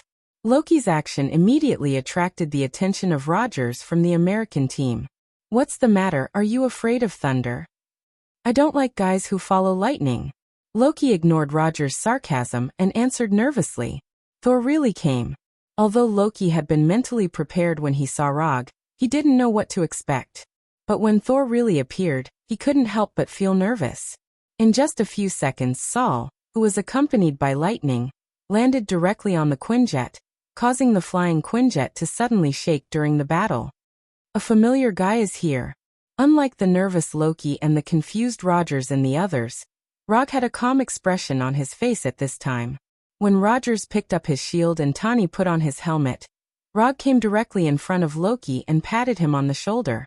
Thor's flying technique. Before the authenticity of the scepter was confirmed, he would never let Loki out of his sensing range. When Rog patted his shoulder, Loki felt a mysterious power that he had never touched before. Although this power was not considered strong, it was firmly branded on his body like gangrene attached to the bone. What is this? Just as Loki was about to speak, Tani, who had already put on his helmet, opened the hatch at the tail of the Quinjet. However, Tani had just taken a few steps when Thor in his armor came to the hatch and directly hammered Tani.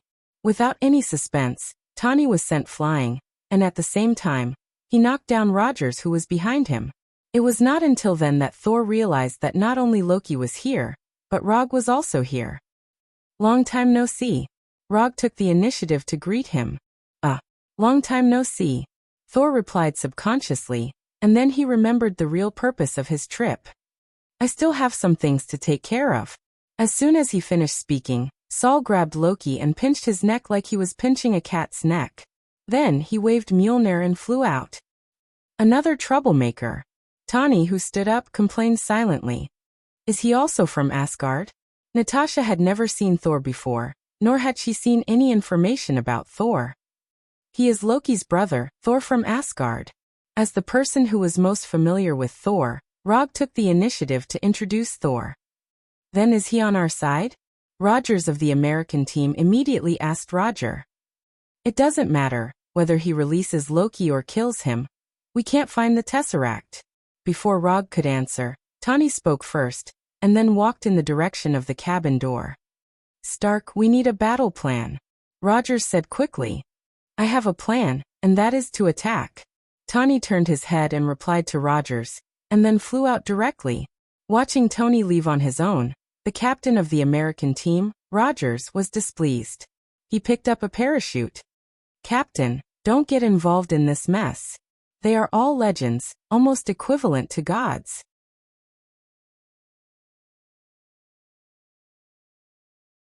Do you think this kind of low-level illusion can fool me? I'm the god of trickery, Loki. Playing illusion in front of me, aren't you too confident? As soon as Loki finished speaking, the Rog standing in front of him disappeared like a bubble, and 10 meters away, another Rog appeared. Ignorant earthling.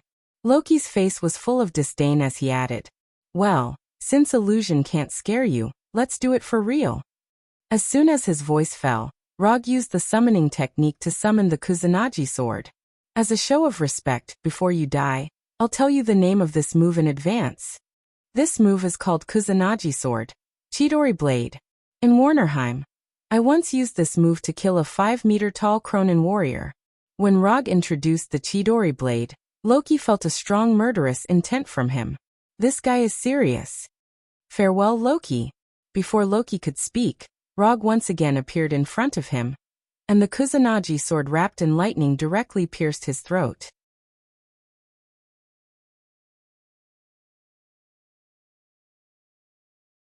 Chapter 126. The scepter was given to me by Thanos. Just as the Kusanagi sword was about to pierce Loki's throat, Loki spoke in an unprecedented speed. However, he was still too slow. The Kusanagi sword in Rog's hand did not slow down, and directly pierced Loki's throat. Madman, this guy is a madman. Although his neck was pierced by the Kusanagi sword, Loki did not feel the slightest pain. He was fooled. The god of trickery was fooled by an earthling. Why didn't you say so earlier? Why did you have to do this? At this time, Rog was still holding the sword. After he finished this sentence, his body instantly collapsed and dissipated, turning into a dark crow. From the beginning to the end, he had no intention of killing Loki. Although Loki looked unloved in Asgard, if he really killed him, Odin, the father of all gods, would definitely kill Rog. You can. After calming down a little, Loki stared at Rog, who was more than 10 meters away, especially his blood-red eyes. As a master of illusion, he was actually fooled by an earthling's illusion. This was a shame that needed to be washed away with the enemy's life. After being teleported here through the Thor, Rog immediately cast an illusion on Loki. However, what he cast was not an ordinary illusion, but a double illusion. For someone like Loki who was proficient in magic, especially illusion magic, ordinary illusions would never be able to escape his eyes.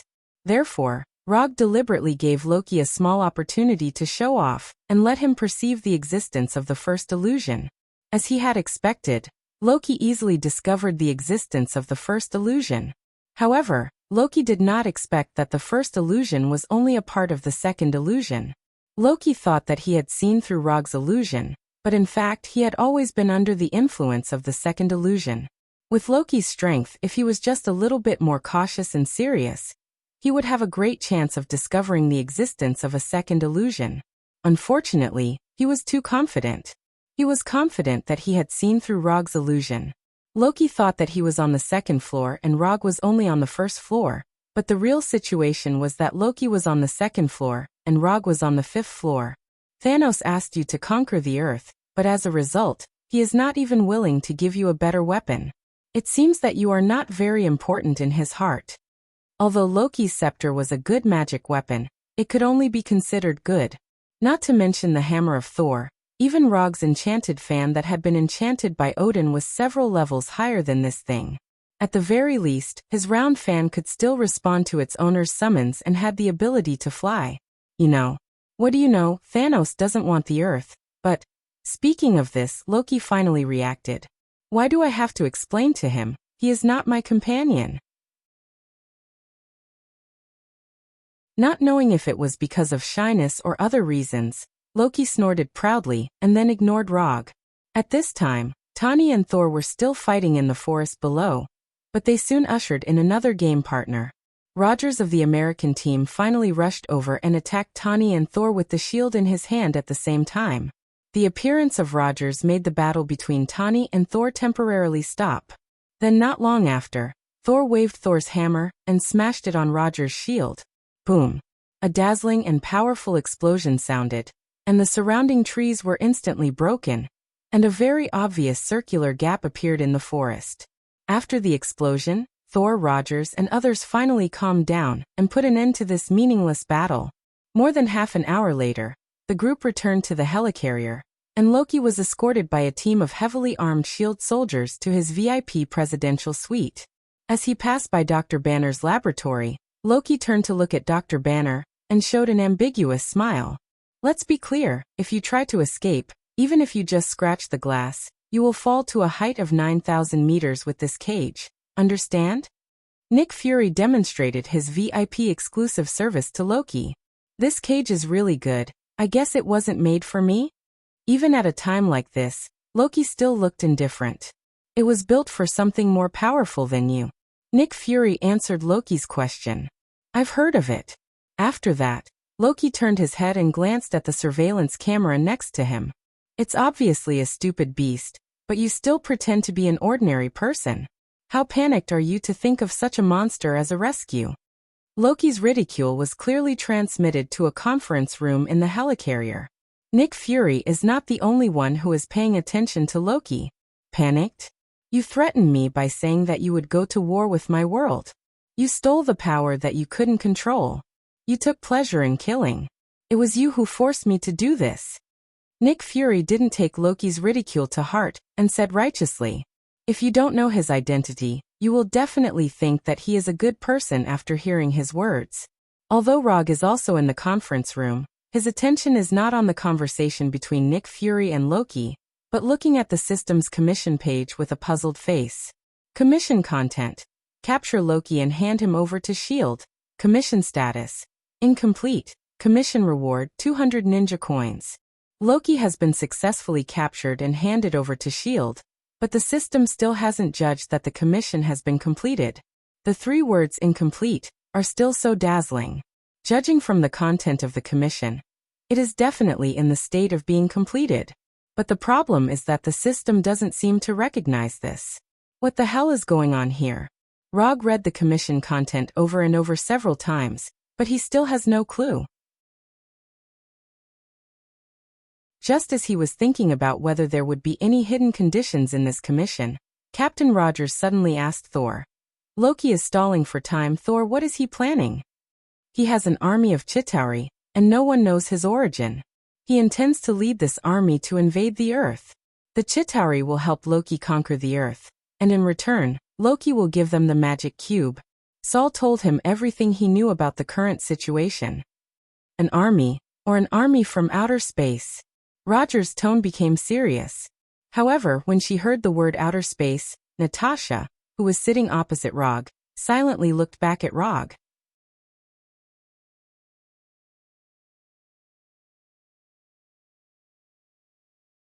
Chapter 127. Why are you looking at me? I don't know anything about Chitauri. Because of Natasha's turn back, Rogers, Dr. Banner, and others also turned to look at her. If Loki has an army from outer space, then he also needs a stable space portal. That's why he kidnapped Dr. Selvig.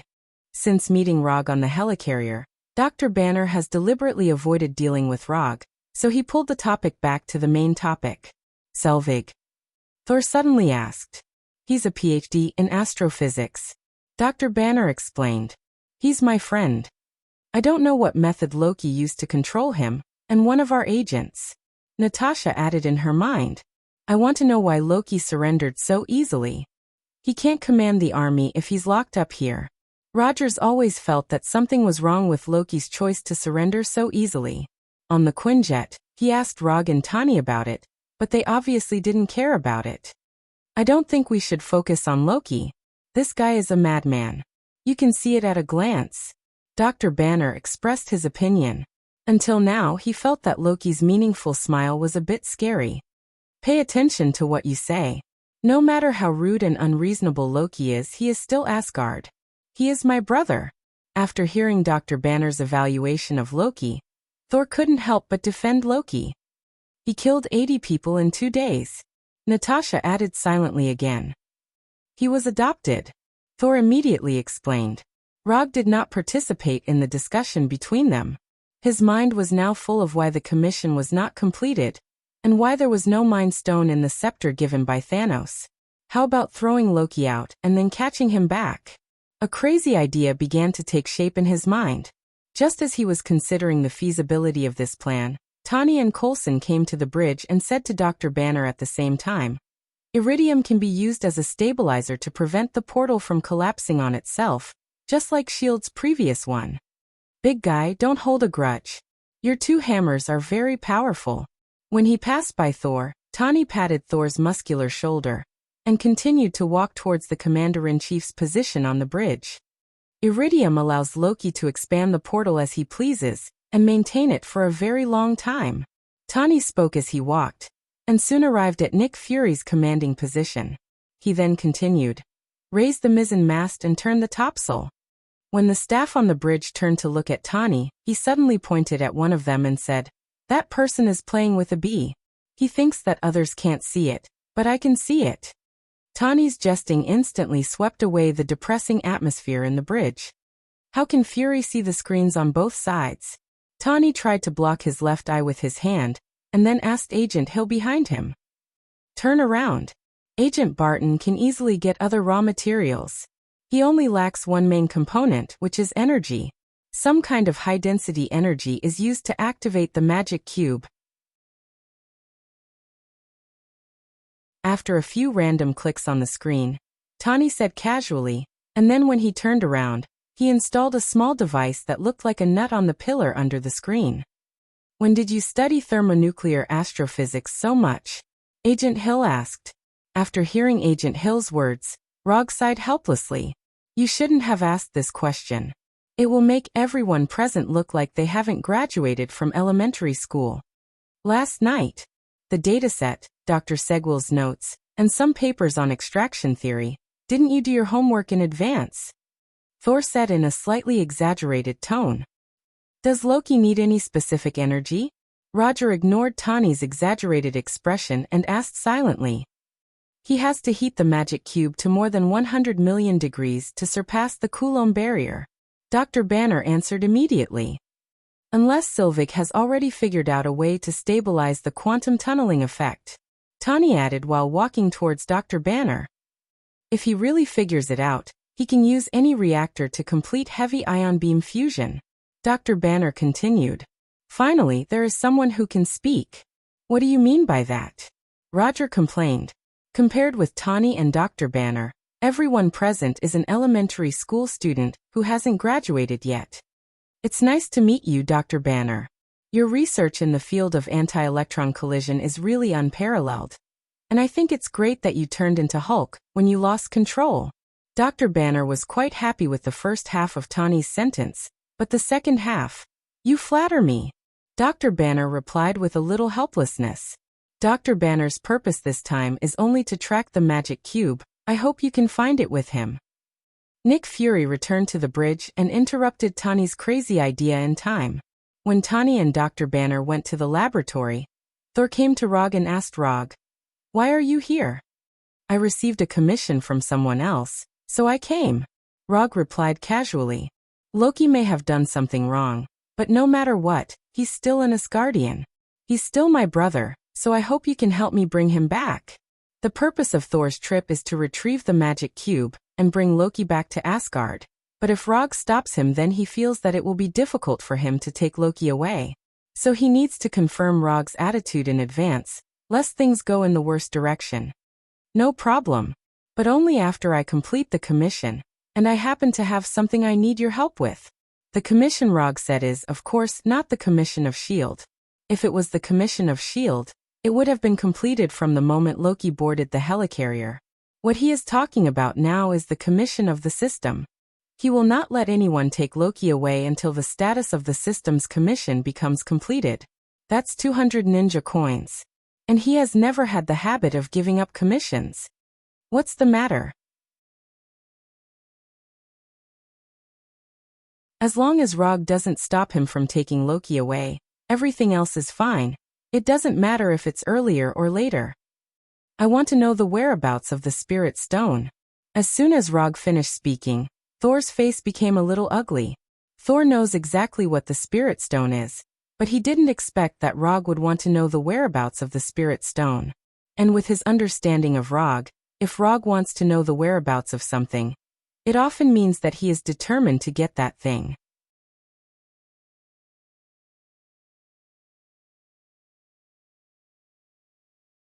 Chapter 128. You want to find the mind gem? This is not a power that can be controlled by humans. It will only bring disaster. Thor felt that it was necessary to stop Rog's dangerous idea. That is one of the 6 Infinity Stones, one of the most dangerous forces in the universe. I just want to know the whereabouts of the mind gem now. I am not arrogant enough to control the mind gem. Rog knew exactly what Thor was worried about, but his worries now were obviously superfluous. I can try my best to help you inquire about it, but don't get your hopes up. Although he didn't know what Rog wanted to do, Thor finally agreed out of trust in Rog. After reaching a consensus with Thor, Rog left the bridge and returned to the room arranged for him by Nick Fury. The only thing he was good at was fighting, and as for those professional things he would leave it to the professionals. Tanya and Banner were trying to determine the whereabouts of the magic cube. Natasha went to Loki's VIP presidential suite to see if she could get any useful information from him. As for Rog, he was now looking for something in the secret warehouse in the mothership. Thor was as idle as Rog, but one of them chose to go back to his room to sleep, while the other stayed in the bridge. However, not long after he lay down, he felt an abnormal energy fluctuation. To be precise, it was a magic fluctuation. Is this serious? The mind gem is gone. Can this scepter still have the effect of bewitching the mind? After sensing this sudden energy fluctuation, Rog could only end his rest time helplessly and walk towards Dr. Banner's laboratory. When he came to the laboratory, he saw Tani and others arguing, and Dr. Banner, who had unknowingly picked up the scepter. Looking at the noisy Tani and others, Rog frowned slightly, and then mobilized chakra in his body. Although he didn't know how the scepter bewitched Tani and others, he had a very simple and crude way to crack it. Everyone calm down. When Tani and others all looked at him, Rog's eyes instantly turned into 3 Tomo Sharingan. Sharingan, Genjutsu. The moment they saw Rog's eyes, Tani and others were pulled into an illusion by Rog. But he didn't do anything to them, and a few seconds later, he took the initiative to lift the illusion. When the effect of Genjutsu disappeared, Tani and others also recovered their original reason, and realized that something was wrong with them. Try to stay away from that scepter, Rog reminded them. At this moment, the monitoring device in the corner of the laboratory suddenly emitted a burst of urgent alarm. The energy signal match is 100%. Looking at the alert information and location displayed on the screen, Dr. Banner subconsciously took off his glasses. Boom. A strong explosion sounded, and the entire helicarrier shook violently. Although this sudden explosion didn't directly blow up the flight engine of the helicarrier, it also successfully stopped the helicarrier's engine 3. Not only that, because the laboratory is very close to the engine 3, the explosion unsurprisingly affected the laboratory and blasted a big hole in the laboratory floor. Tani, Rog, and Thor were blown out by the explosion, while Banner, Natasha, and others fell directly to the next floor of the laboratory. This explosion really came at the right time. At the moment when the explosion sounded, Rog covered himself with a layer of chakra, so he didn't suffer any damage at this time. Are you okay? After lifting the metal pipes and iron pieces that pressed on Natasha and Dr. Banner, Rog asked about their condition. I'm fine. Although she looked a little embarrassed, Natasha didn't suffer any obvious damage. She was just pressed down by those metal pipes.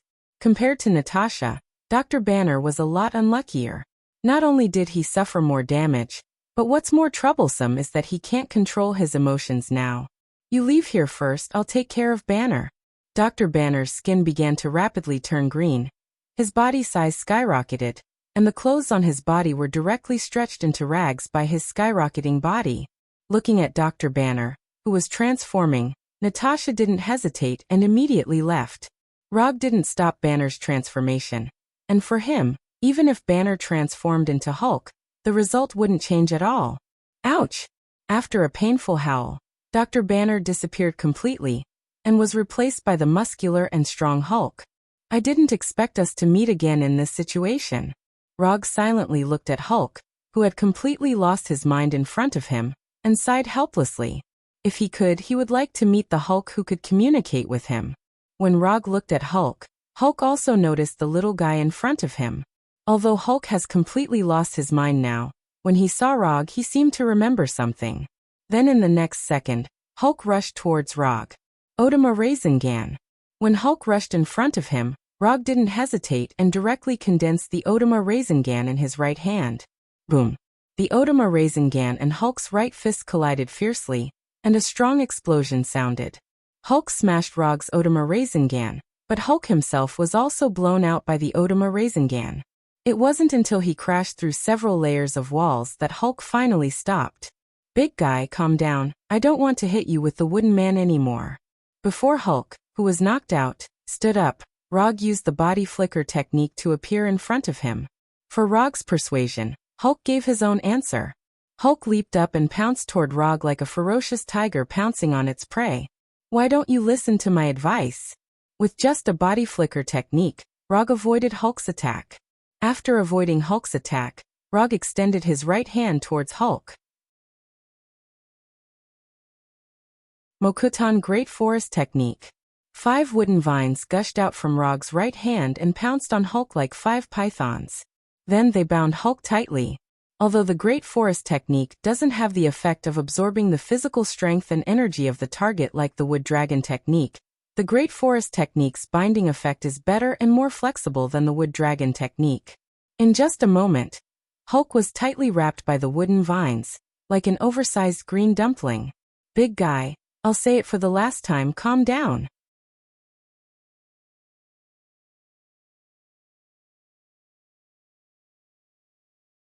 Chapter 129. To a certain extent, Rog was quite fond of Hulk. Although Hulk is not as smart as Banner, this is also one of his strengths. Banner is too smart, which leads him to think too much sometimes. Hulk is different. If you can get Hulk's approval, even if you ask him to fight the mountain-sized flame giant Surtur, he will not hesitate. So, Rog still prefers to be friends with people like Hulk. But at this time, Hulk obviously has no intention of being friends with him. After being entangled by Wood Release, Great Forest, Hulk not only did not calm down at all, but became more irritable. Gotcha. The vines that wrapped around Hulk began to show signs of breaking under his violent struggle. Hey, I really don't want to hit you with Wood Golem anymore. Having said that, Rog still silently casts Wood Release, Wood Golem. Because he is on the helicarrier, he can't directly summon Wood Arhut from the ground like before. But this does not affect his use of Wood Golem. If there is no way to use Wood Release after leaving the ground, then Wood Release would be too unimpressive. Under Rog's control, a piece of wood as thick as an arm grew out of his left shoulder. Under the nourishment of chakra, this piece of wood began to grow rapidly. In just a second or two, this piece of wood grew into a 3-meter-tall Wood Arhut. When this Wood Arhut with a long hook-nosed wood dragon wrapped around his body appeared, Rog lifted Wood Release, Great Forest, and let his right hand return to its original state, and at the same time let Hulk regain his freedom. Hulk finally got rid of the wooden vines, but in the next second, Wood Arhut had already rushed in front of him and gave him a beautiful and powerful uppercut. Boom! Caught off guard, Hulk was sent flying by Wood Arhut's punch, and his whole body soared 1 meter into the air. However, Wood Arhut's attack was not limited to this. Before the airborne Hulk landed on the ground, The wooden Arhut used the Gatling physical transcendence fist technique he was best at. Yula yula yula yula yula. Hulk was like an oversized green sandbag, enduring Arhut's attacks. The muffled sound of impact resounded throughout the entire area. While controlling the wooden Arhut, Rog also used chakra to sense the situation on the mothership. Rogers and Tani of the American team were repairing the number 3 engine that was on strike. Nick Fury and Agent Hill were fighting the intruders on the bridge. Thor was in Loki's VIP presidential suite. Wait, how did Thor get into Loki's room? Although Thor and Loki were in the same area, their positions had been reversed. Thor was in the presidential suite, while Loki was outside. Although he didn't know what Thor and Loki had done before, judging from the current situation, Thor had obviously fallen into Loki's trap again. If it was just once, then it would be fine.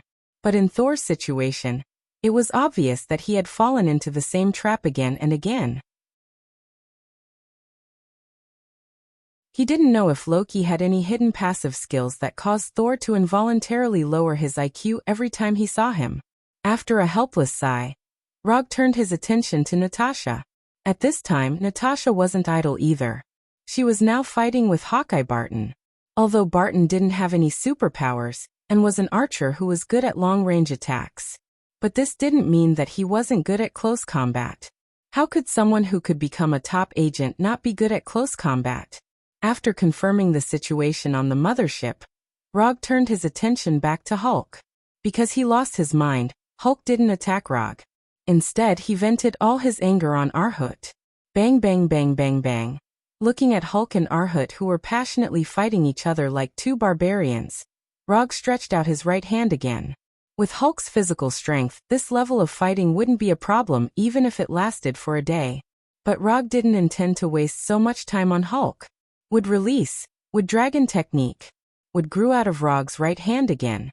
But this time, it was no longer a wooden vine, but a long hook-nosed wood dragon.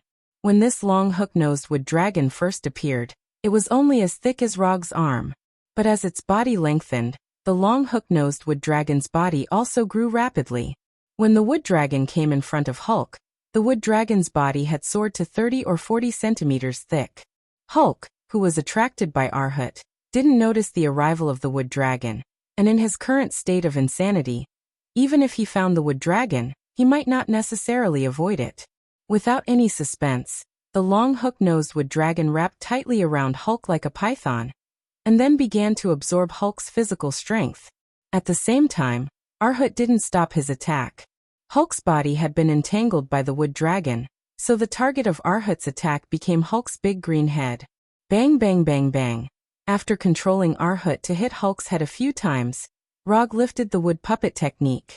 Although Hulk's skin was rough and his recovery was good, it was still a bit cruel to hit someone's head so hard. Although he had lost his mind now, Rog still couldn't bear it. After being entangled by the wood dragon, there was only one end for Hulk, and that was to be drained of all his physical strength without any resistance. Although Hulk was still struggling hard, Rog turned around and left, completely ignoring Hulk's situation. Anyway, Hulk's end was doomed, and it was the same whether he stayed or not. And he had more important things to deal with now. At this time, next to Loki's presidential suite, Coulson was holding a frightening-looking energy weapon and pointing it at Loki on the console. If Loki pressed the button, Thor, who was locked in a cage, would enjoy a new experience of falling from 9,000 meters vertically. Do you like this? Because of the destroyer you sent, we developed this prototype. I don't know its power, do you want to try it? Coulson pointed the huge energy gun at Loki and said with a serious face. Under Coulson's threat, Loki left the console slightly, and the next second he disappeared. It was an illusion again. Loki didn't know when he came behind Coulson, and the scepter in his hand stabbed directly at Coulson's back. Just as the scythe-like blade at the top of the scepter was about to stab Coulson's back, the scepter suddenly stopped. You have guts, you actually want to stab my former customer to death in front of me. Through Thor's coordinates on Loki, Rog immediately teleported over and grabbed the scepter in Loki's hand.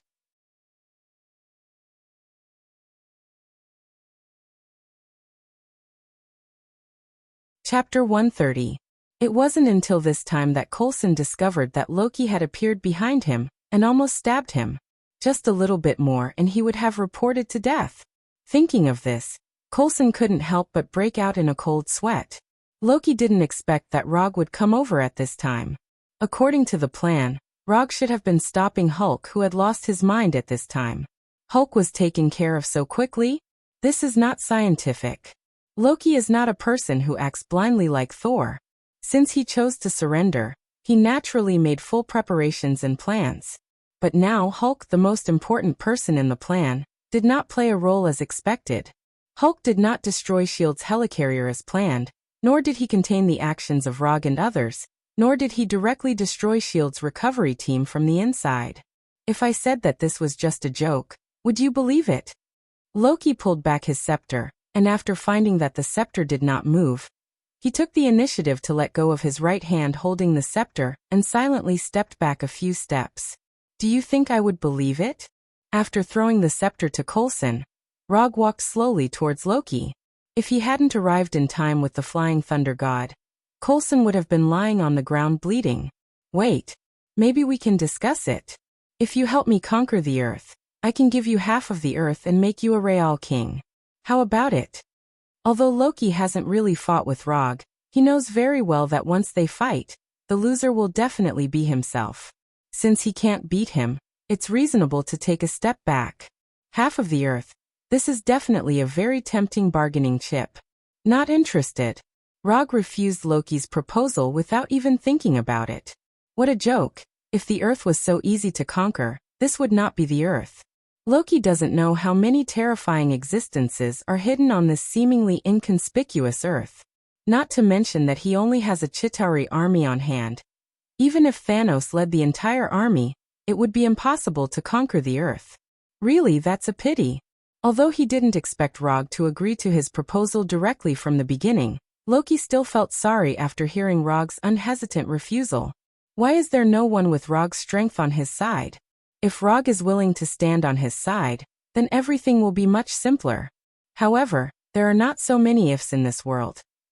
Loki can only pull out his only weapon, a knife of more than 10 centimeters long. A mage was forced to fight with a dagger. This was something no one else could do. However, at this moment Loki's men's. Although he was entangled, he was not the only one who invaded the helicarrier's attack. Ants. Bang bang bang bang, fierce gunshots sounded. Bullets flew toward Ants' direction. If he was alone, Rog could safely leave here before the bullets hit him. But now he still needs to take care of Coulson, who is an ordinary person. Wood release. Wooden spindle wall. Rog's body quickly rushed out of wood, instantly forming a curved wall, covering himself and Coulson. The flying bullets, without exception, all hit the hemispherical curved wall. There is no doubt about the power of the bullets, but the wood that makes up the wooden spindle wall is not ordinary wood. Clanking sounds rang out continuously. Although the mercenaries' shots were concentrated and accurate, they were still unable to penetrate the wooden spindle wall's defense. You stay here, I'll deal with the people outside. After that, Rog used the body flicker technique to leave the wooden spindle wall. After mastering the sage mode of the Shikatsu forest, his wood release ninjutsu has increased a lot. Tree World Descent, Great Forest Jutsu, Wooden Spindle Wall. These are the ninjutsu he learned after mastering the sage mode. In addition to these ninjutsu, he also mastered a ninjutsu that he likes, but never used in actual combat. The reason is very simple, because that ninjutsu is too cruel. After using the body flicker technique to leave the defensive range of the wooden spindle wall, Rog quickly glanced at the mercenaries who were attacking. 7 people. After confirming the number of enemies, Rog decisively used a ninjutsu that has never been used in actual combat. Wood release. Cutting technique. A wooden spike that was tens of centimeters long grew out of his right arm and connected to his right arm like a dagger. Then, Rog flashed in front of these mercenaries like a ghost. Chi. The wooden spike of Rog's right arm pierced a mercenary's chest like lightning. At the same time, more than 10 wooden spikes as thick as an arm rushed out of the mercenary's body, instantly ending his life. For mercenaries, death is not a rare thing. But the scene in front of them is beyond their imagination. Being completely pierced by wooden spikes, this kind of death is cruel and shocking. Not only were these mercenaries scared, but even Loki and Thor couldn't help but take a deep breath when they saw this scene. Although they didn't personally experience the feeling of more than 10 wooden spikes growing out of the body, they can imagine the extreme pain just by looking at the hedgehog-like mercenary. After killing the first target, Rog didn't stop his footsteps and continued to attack the remaining 6 mercenaries. The 6 mercenaries only lasted for 6 seconds. When these mercenaries were all dead, Rog removed the cutting technique. The removal of the cutting technique didn't make the wooden spikes in the mercenaries disappear. They still kept the miserable way of death. Although these mercenaries didn't give Loki any hope of winning, they bought him a few precious seconds. While Rog was killing the mercenaries, Loki once again returned to the control panel and opened the round hatch under the cage. The moment the hatch was opened, a strong airflow whistled, and the temperature began to drop rapidly. After the third engine stopped working, the helicarrier began to rapidly descend, but even so, the helicarrier was still thousands of meters in the air. "You really are a monster," Loki said to Rog with a little helplessness. Then under the gaze of Rog and Thor, he jumped down from the open hatch.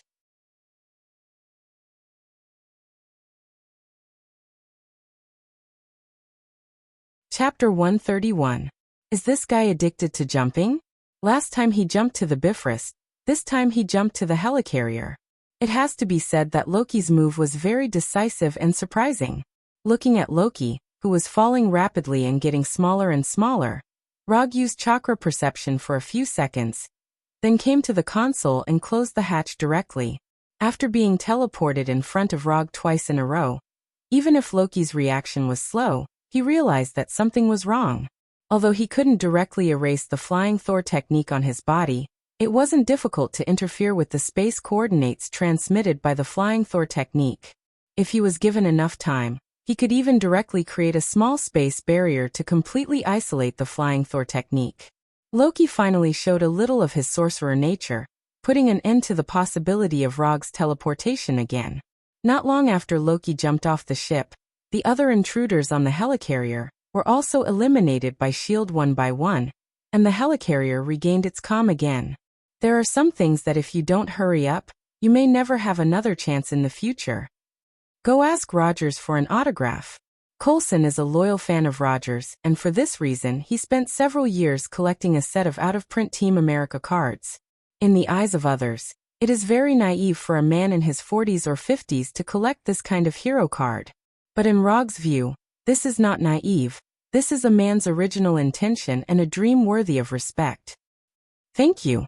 After hearing Rog's words, Coulson was stunned for a moment, and then thanked Rog very seriously. When Coulson left with the prototype weapon and scepter, Rog released Thor from the special cell. "How many times has this happened? You can't be like this every time you see Loki."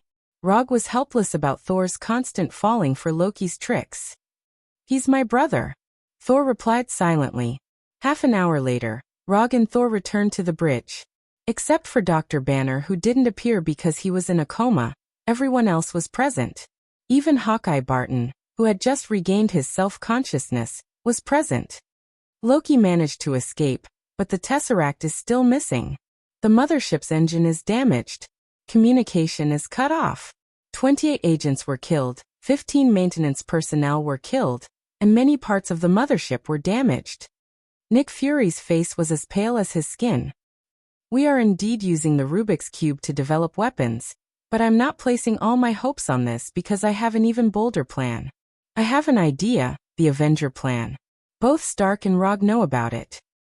I want to gather some people with outstanding abilities and see if their team can be stronger. I want to see if they can fight side by side in critical moments and win those wars that we can't win. Now it seems that this idea is outdated. We have lost all the opportunities, and we can only watch Loki start a war." After that, Nick Fury left the bridge directly, and the atmosphere in the bridge became more and more depressing. Although Loki's plan did not achieve the expected effect, it was not a complete failure. He successfully bought himself some time. Loki should be in New York now. He is a performer. He needs an audience. He needs a monument towering into the clouds. It's best if his name is engraved on it. Looking at the silent crowd, Rog reminded them while glancing at Tani. Although Tani is not a typical performer, Rog is sure that he knows what he is talking about. Arc reactor. Loki needs a powerful enough energy source to open the Tesseract smoothly. If Tani still can't hear Rog's reminder, then he is not Tani. New York. Stark Building.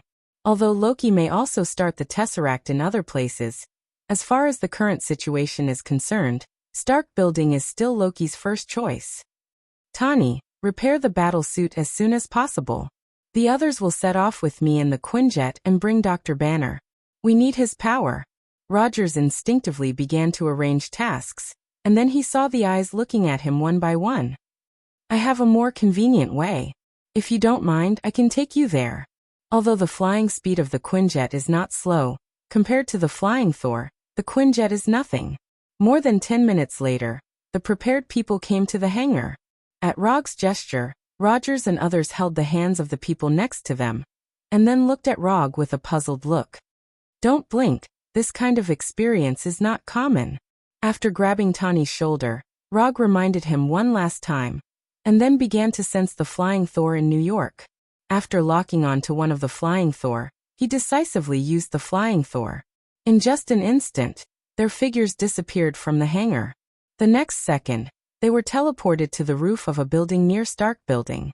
Although Team America and the rest were on high alert, they didn't see anything strange.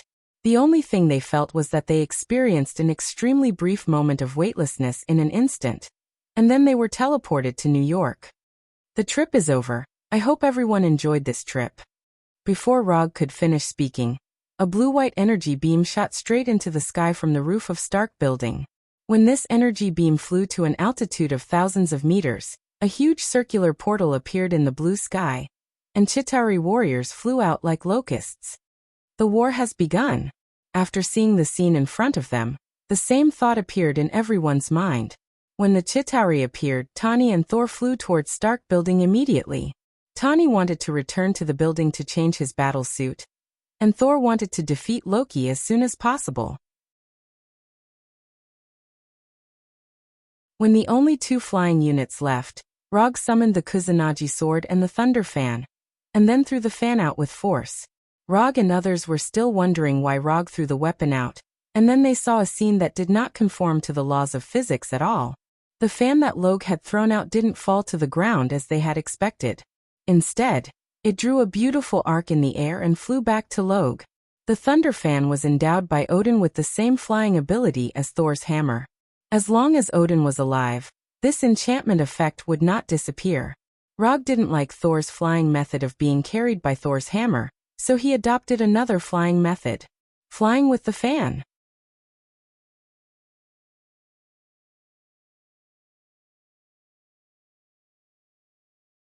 Chapter 132. Under the gaze of Rog and the others, Rog stepped on the Thunder Fan and flew straight to Stark Building. Although it looked a little strange to fly on the fan, one had to admit that it was a very cool feeling. When Rog arrived at Stark Building, the first thing he saw was Thor beating up Loki. That's right, it was a real beating. At this time, Thor had no intention of holding back at all. Thor's hammer kept smashing at Loki. Although Loki only had too many daggers in his hands, he showed excellent fighting skills. With those mysterious magic, Loki even suppressed Sol in close combat for a time. Doppelganger, illusion, invisibility, blinding, slow one magic after another was thrown out by Loki, neutralizing Thor's thunderous attacks. It was not until this time that Loki truly showed his full ability as a mage. While Loki was fighting with Thor, Tani finally finished changing and put on the latest Mark 7 battle suit. After putting on the latest Mark 7, Tani did not hesitate and immediately joined the battle between Loki and Thor. With the addition of Tani, Loki, who had been fighting with Thor, suddenly felt a lot of pressure, and he kept retreating. Rog didn't join them in the battle. Instead, he flew to the space gem. Now that the soul gem was missing, the space gem was undoubtedly the most valuable target on the entire battlefield, and it was also the key to determining when the war would end. As long as the portal opened by the space gem was closed, Chitauri's army would not be able to invade Earth from distant outer space, and the war would come to an end in advance. Turn it off, Dr. Selvig. After activating the space gem, Dr. Selvig did not leave, but looked at the space gem in front of him with a longing look. It's too late, there's no way to stop it now. It has something to show us, a new universe. Dr. Selvig ignored Rog's request, and his eyes were still shining with a strange light blue light. Up to you. Although he had interacted with Dr. Selvig before, now was not the time to reminisce about old times. Since Dr. Selvig was unwilling to do it, he would do it himself. Rog pulled out the Kusanagi sword from his waist and used Chidori blade. When the Kusanagi sword was wrapped in lightning, Rog jumped down from the fan and stabbed the space gem with the Kusanagi sword. The invincible Kusanagi sword did not pierce the space gem as expected. A layer of energy barrier blocked the tip of the Kusanagi sword. It couldn't pierce through. The moment the Kusanagi sword touched the energy barrier, Rog came to a conclusion. This spatial barrier looked only a few centimeters thick, but it contained an incomparably abundant amount of spatial energy. To put it simply, this barrier was a spatial enchantment created by a spatial gem. Moreover, it was an extremely sturdy one. Unless there was a high-grade energy source of the same nature as the space gem, the only way to break this barrier was to use brute force. After thinking for a few seconds, Rog came in front of Dr. Selvig and directly cast a Sharingan Genjutsu on the doctor. When the Sharingan Genjutsu was lifted, the doctor's consciousness returned to normal. Using the Sharingan Genjutsu to forcefully cover or erase the influence exerted by Loki. After regaining his true self-consciousness, Dr. Selvig first glanced at New York, which had fallen into the flames of war, and then said with annoyance, "Scepter, Loki's scepter can break through the energy barrier of the magic cube. I installed a safety device that can cut off the energy of the space gem." Impossible, Loki's scepter can't do that. Although the scepter also contains a strong energy, that energy can't compete with the energy of the barrier. It wasn't that Rog didn't believe Dr. Selvig. He had carefully sensed the energy in the scepter before, so he was very sure that the scepter couldn't break through the barrier.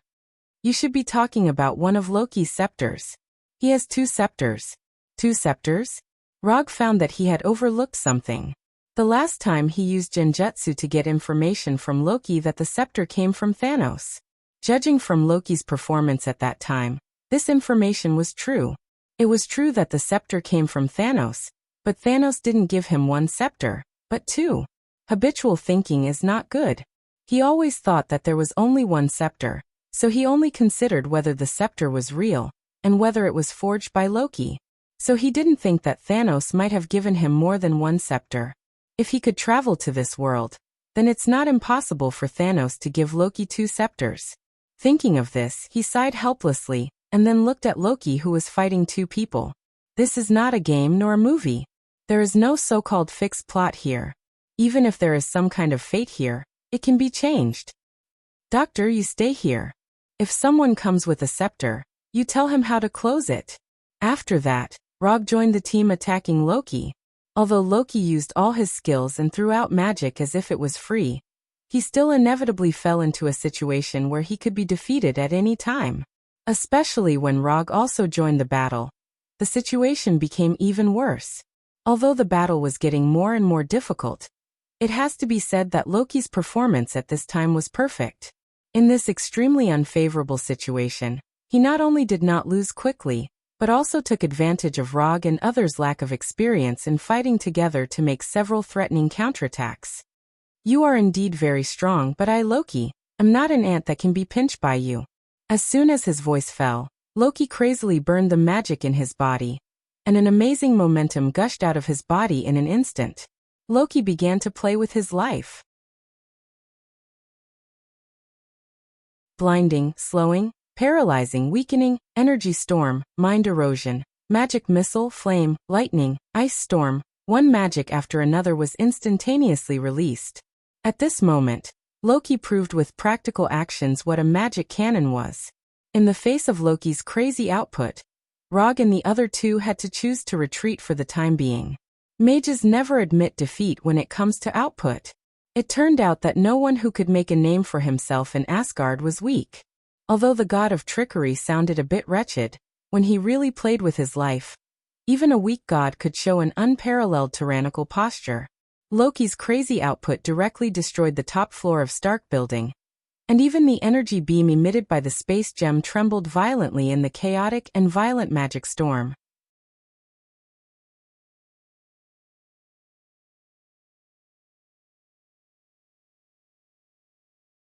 Chapter 133. When a sorcerer attacks recklessly, the scene will be extremely gorgeous and the power will be beyond imagination. Loki's determination not only successfully forced Rog and the other two to retreat, but also successfully attracted the attention of the Chitauri warriors. Although Loki is only the temporary commander of the Chitauri warriors, after discovering that their commander is facing the enemy's siege, these Chitauri warriors rushed over as soon as possible. After these Chitauri warriors arrived at the Stark building, without any hesitation, they immediately launched an attack on Rog and the other two. Beams of energy shot towards them like a storm. Facing the attack of the Chitauri warriors, Rog and the other two each chose different ways to deal with it. Tani flew away from the Stark building at the first time, and then fought back with the mini missiles on his shoulder and the arc pulse cannon in his hands. Compared with Tani, Thor's counterattack was much more violent. Thor didn't retreat but moved forward, flying directly in front of these Chitauri warriors, and the Thor's hammer in his hand violently smashed these Chitauri warriors. In addition to letting these Chitauri warriors feel the physical attack of Thor's hammer, Thor also summoned lightning from time to time to clear a large area. Among the three, Rog was the only one who stayed in the Stark building. When these energy beams flew towards him, he waved his Kusanagi sword wrapped in lightning and blocked these energy beams one by one. Although this scene looked very unscientific, with the incredible dynamic vision of Sharingan, Rog turned this slightly fantasy scene into reality. It is said that someone can block all the bullets fired by a Gatling gun by just waving a sword. Although Rog hasn't seen this scene with his own eyes, he doesn't think it's impossible. As long as the speed is fast enough, not to mention waving a sword to block bullets, it's not difficult to even catch bullets with bare hands. After blocking all the energy beams shot at him, Rog decisively used the body flicker technique and arrived in front of Loki like lightning. In an instant, the Kusanagi sword in Rog's hand directly pierced Loki's chest. It's an illusion again. After being pierced by the Kusanagi sword, this lifelike illusion quickly collapsed and turned into pure energy dissipating in the air. While the Chitauri warriors were attacking Rog and the other two, Loki once again used his best illusion escape technique.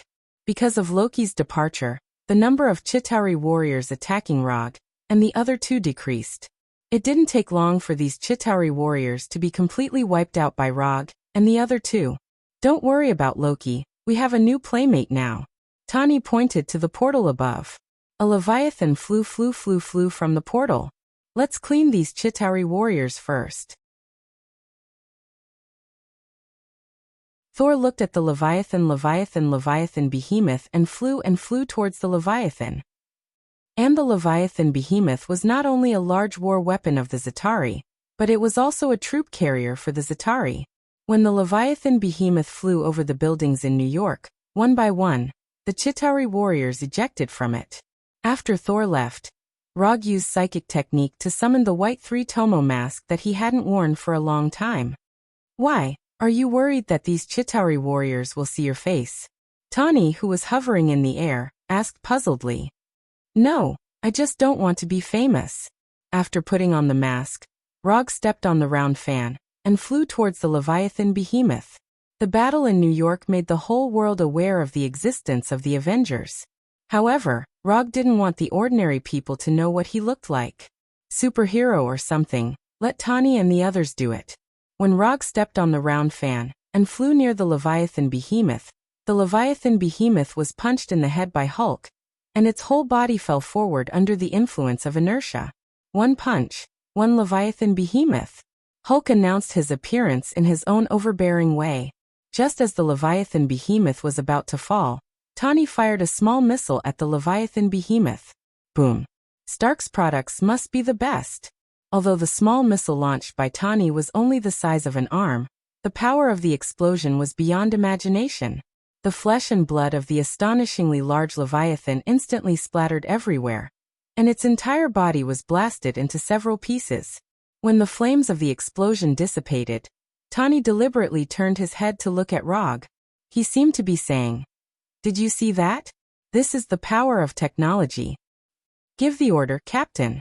When everyone gathered together, Hawkeye Barton said to Captain America, "Okay, pay attention. If we can't close the portal, we have to control the situation. Barton, go to the roof and report the whereabouts of the main force and the skirmishers. Stark, you guard the blockade line. Any enemy who runs out of 3 blocks, either rush back or kill them." Captain America immediately arranged the tasks for Hawkeye and Tani. "Can you give me a ride?" Hawkeye turned to Tani and asked. "No problem. Hold on tight, Elven Prince." Tani didn't talk nonsense and went directly to Hawkeye, lifted him up, and then flew to the roof. "Thor, you have to find a way to block the portal and slow down their advance. Can't you summon lightning? Use lightning to strike these bastards. Natasha, you and I stay on the ground and pin down the enemies on the ground." Natasha and Thor's tasks were immediately arranged. As for Hulk and Rog, you two are free to move and attack with all your strength. After hearing Captain America's arrangement, Hulk didn't hesitate and jumped directly to the Chitauri soldiers hanging on the wall. Rog didn't have any objections to Captain America's arrangement. However, he didn't immediately attack like Hulk. Instead, he stood on the round fan and moved his arms, then used the shadow clone technique. Bang bang bang bang bang. Under the watchful eyes of Rogers and Natasha of the American team, 50 masked rogues instantly appeared around them. "I'll let you see what a large-scale ninja battle is like." As soon as his voice fell, Rog and the shadow clones instantly disappeared in front of Captain America and Natasha. The Thunder Round fan was left in place by him. A long time ago, he left hundreds of flying Thor techniques in New York. Although some of the techniques were far away from the battlefield, the rest were enough for him to perform a Flying Thor's killing show. And in addition to these Flying Thor techniques, each of the Shadow clones also has a Flying Thor technique. 50 active Flying Thor techniques, plus hundreds of fixed Flying Thor techniques. New York is his home ground of Flying Thor.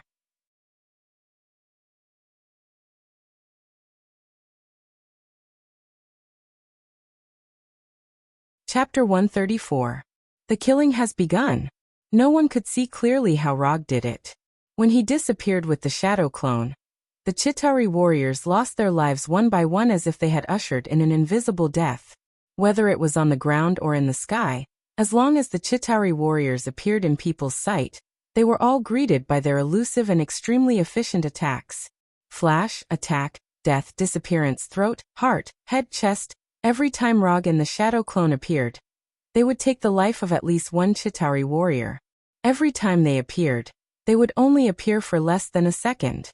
To ordinary people, the Chitauri warriors were difficult to deal with, but in front of them, they were like insignificant ants that could be easily squashed to death. Ninja is a profession born to kill, and Rog has taken the characteristics of the ninja profession to the extreme. Now the Chitauri warriors are not so much invaders as they are more like victims with no resistance. Watching the Chitauri warriors fall from the air one by one, or die on the spot, Captain Rog felt the horror of Rog for the first time. Fortunately, he is on our side.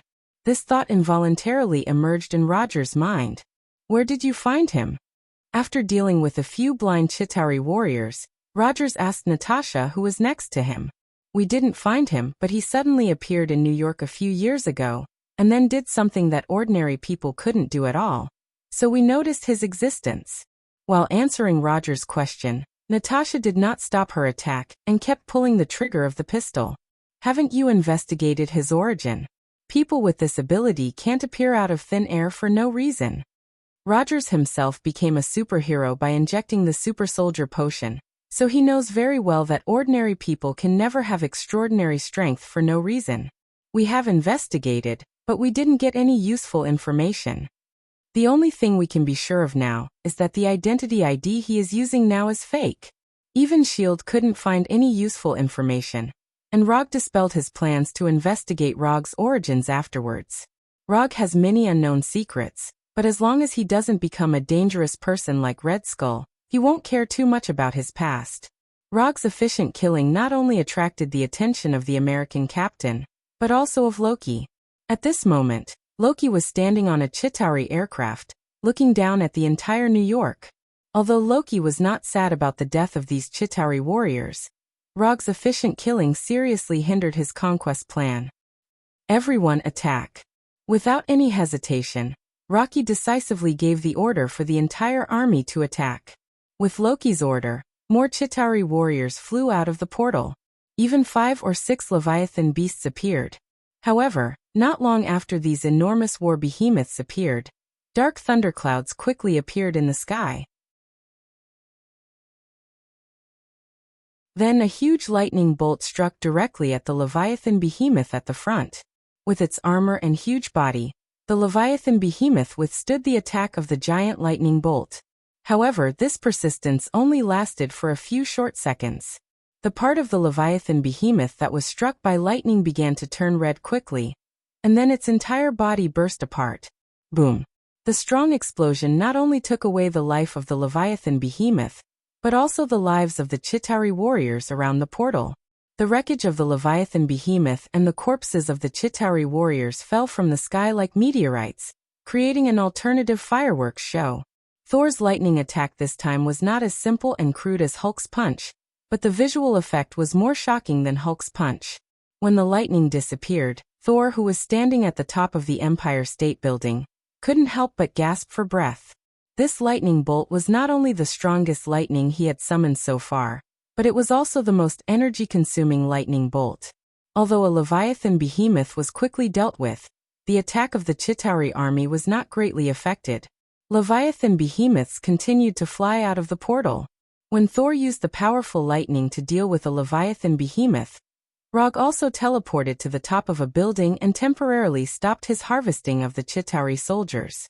Of course, only his original body stopped. His shadow clone was still efficiently carrying out the harvesting of the Chitauri soldiers' lives. Hulk used a punch to deal with a Leviathan behemoth, Thor used a lightning bolt to deal with a Leviathan behemoth, and Rog certainly couldn't fall behind. After observing the flight trajectory of the Leviathan behemoths, a Rasengan wrapped in lightning appeared in his right hand. Thor was not the only one who could play with lightning. Right on the spiral electromagnetic gun. After aiming at 2 of the Leviathan behemoths, Rog fired the spiral electromagnetic gun in his hand. Bang! A thunder-like sound suddenly sounded, and the spiral electromagnetic gun drew a pale blue light in the air that symbolized destruction and death. Almost at the same time as this thunder-like sound, the spiral electromagnetic gun had already arrived in front of the first target. The armored Leviathan behemoth was instantly pierced through like a soft cake in front of the spiral electromagnetic gun.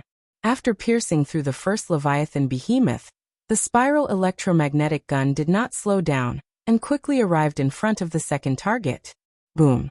A dazzling fireball like the sun appeared in an instant, and the shock wave generated by the explosion instantly cleared the entire surrounding airspace. The airwave swept through New York like a level 12 hurricane. Spiral electromagnetic gun, one shot, soul. It's nothing to deal with a Leviathan with one attack. Rog can take away 2 with one attack. This is a man's damn competitive spirit. After dealing with the 2 Leviathan behemoths, Rog also saw the high and mighty Loki in the air. But what attracted his attention at this time was not Loki, but the scepter in Loki's hand. Did the real thing finally appear? After discovering Loki's trace, Rog immediately summoned the rumbling thunder fan that he had abandoned in place. Flying around the building was enough as long as he had the flying thunder god. But if it's a high-altitude battle, the rumbling fan is still necessary. After receiving Rog's summoning command, the rumbling thunder fan, which was floating silently in the air, flew towards him like a missile. Loki, I'm going to eat you.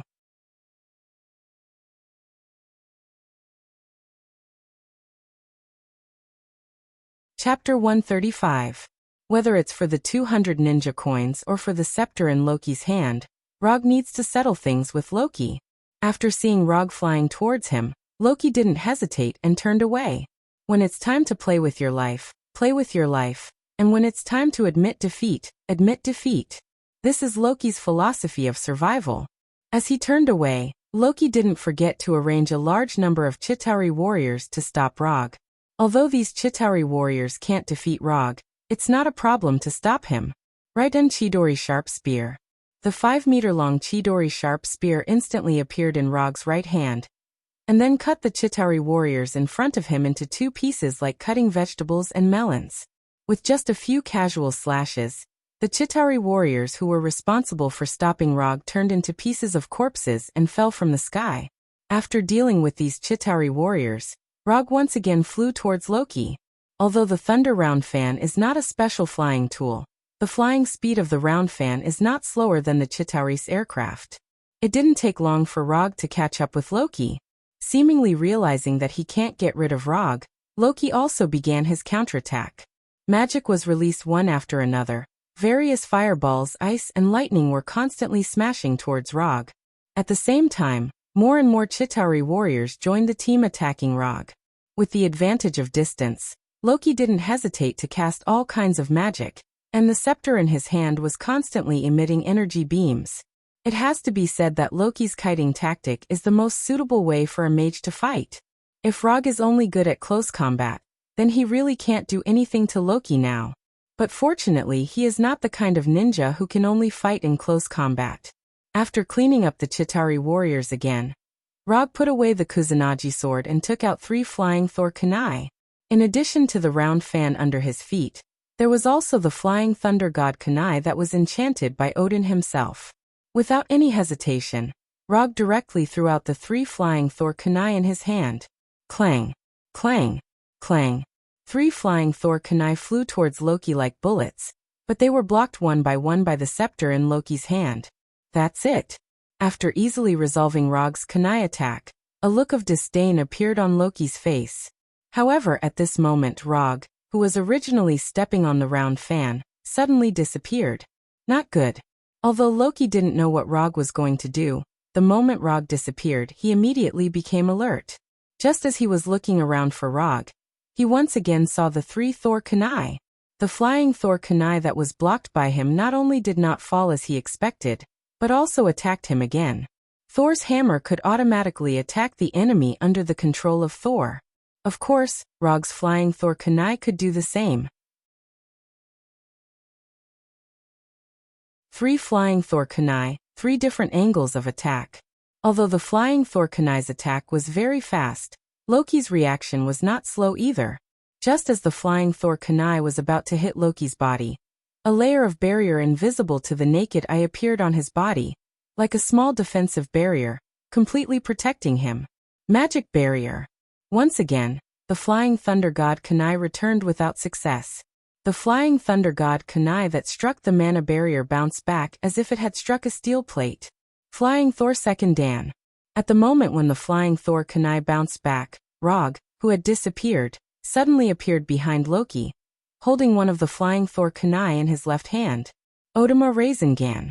Loki noticed the appearance of Rog and instantly added several defensive magic to himself. But all of this was meaningless. The Odama Rasengan hit his back in an instant, and an irresistible force enveloped his whole body in an instant, blasting him out.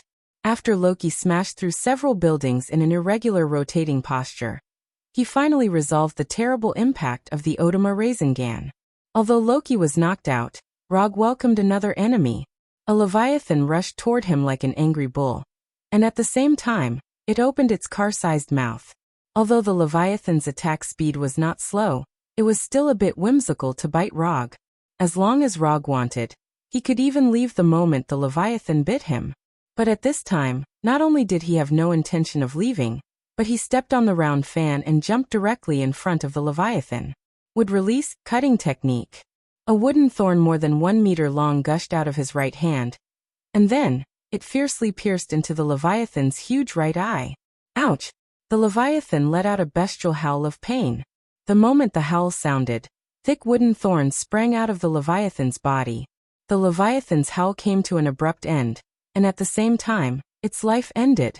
After the death of the leviathan, it fell from the sky like a meteorite and hit the ground heavily, setting off a huge cloud of dust. This was the third Leviathan that had died at his hands. After dealing with the Leviathan, Rog stepped on the round fan and flew to the place where Loki fell. Then he saw a somewhat familiar scene. "Enough, who do you think you are? I'm a god, you idiot." Loki roared angrily at Hulk and succeeded in stopping Hulk's advance. "You ant, don't even think about." Loki wanted to say something more, but he was only halfway through when Hulk grabbed his right leg. In the next few seconds, Rog witnessed an inhumane scene. Asgard's god of trickery, the commander of the Chitauri army, the frost giant Loki, was thrown by Hulk like trash on the ground. Bang bang bang bang bang. Every time Hulk swung, he would leave an obvious pit on the ground, and at the same time, he would bury a psychological shadow in Loki's heart that would never heal. The dull sound of the impact made Rog, who was in the audience, feel a little reluctant. At the same time, he couldn't help but think about a question. If Loki was killed by Hulk like this, would the system admit that the commission was completed? Just as Rog was considering whether to stop Hulk, so that he wouldn't accidentally smash Loki to death, Hulk finally stopped this action that would cause great harm to Loki's body and mind. What a weak god. After throwing Loki down, Hulk didn't forget to add another sentence. Well done. When Hulk came in front of him, Rog gave his evaluation. Although Loki was lying motionless in the pit, he was still alive, or rather his body was still alive. As for whether his spirit was still alive, that was not within Rog's consideration.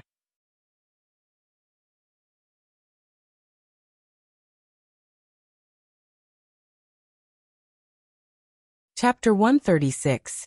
After venting his anger on Loki, Hulk left with satisfaction and continued his battle against the soldiers. Rog went straight to Loki and looked at him seriously. There were no fractures, no missing arms or legs. Except for the fact that his mental state didn't look too good, Loki now looked very healthy. After confirming Loki's current state, Rog sighed with a little helplessness. An alien race like Loki really can't take a beating. First he took his Odama Rasengan, and then he took Hulk's inhumane attack. But even so, Loki was still alive, and he didn't even have a serious injury. That's if the mental injury doesn't count. After silently sighing in his heart, Rog picked up the scepter that fell to the side. In terms of appearance, this scepter is exactly the same as the one currently kept on the helicarrier. But the moment he picked up the scepter, Rog felt the difference between the two. An extremely hidden energy entered his body through his right hand, and then quietly flowed to his brain. If he hadn't been prepared and was extremely sensitive to energy, he wouldn't have been able to discover the existence of this energy.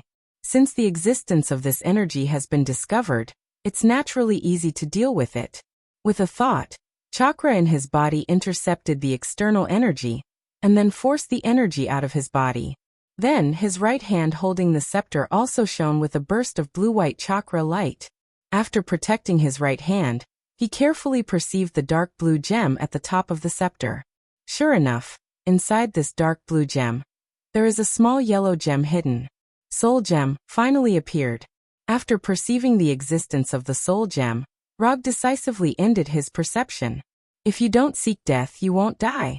Using mental power to touch the Soul Gem, you can just think about it in your mind. Loki is lying down, the scepter is in his hand, and it's time to put an end to this war. With the scepter in his right hand and Loki in his left hand, Rog returned to Stark Building on his Thunder Fan.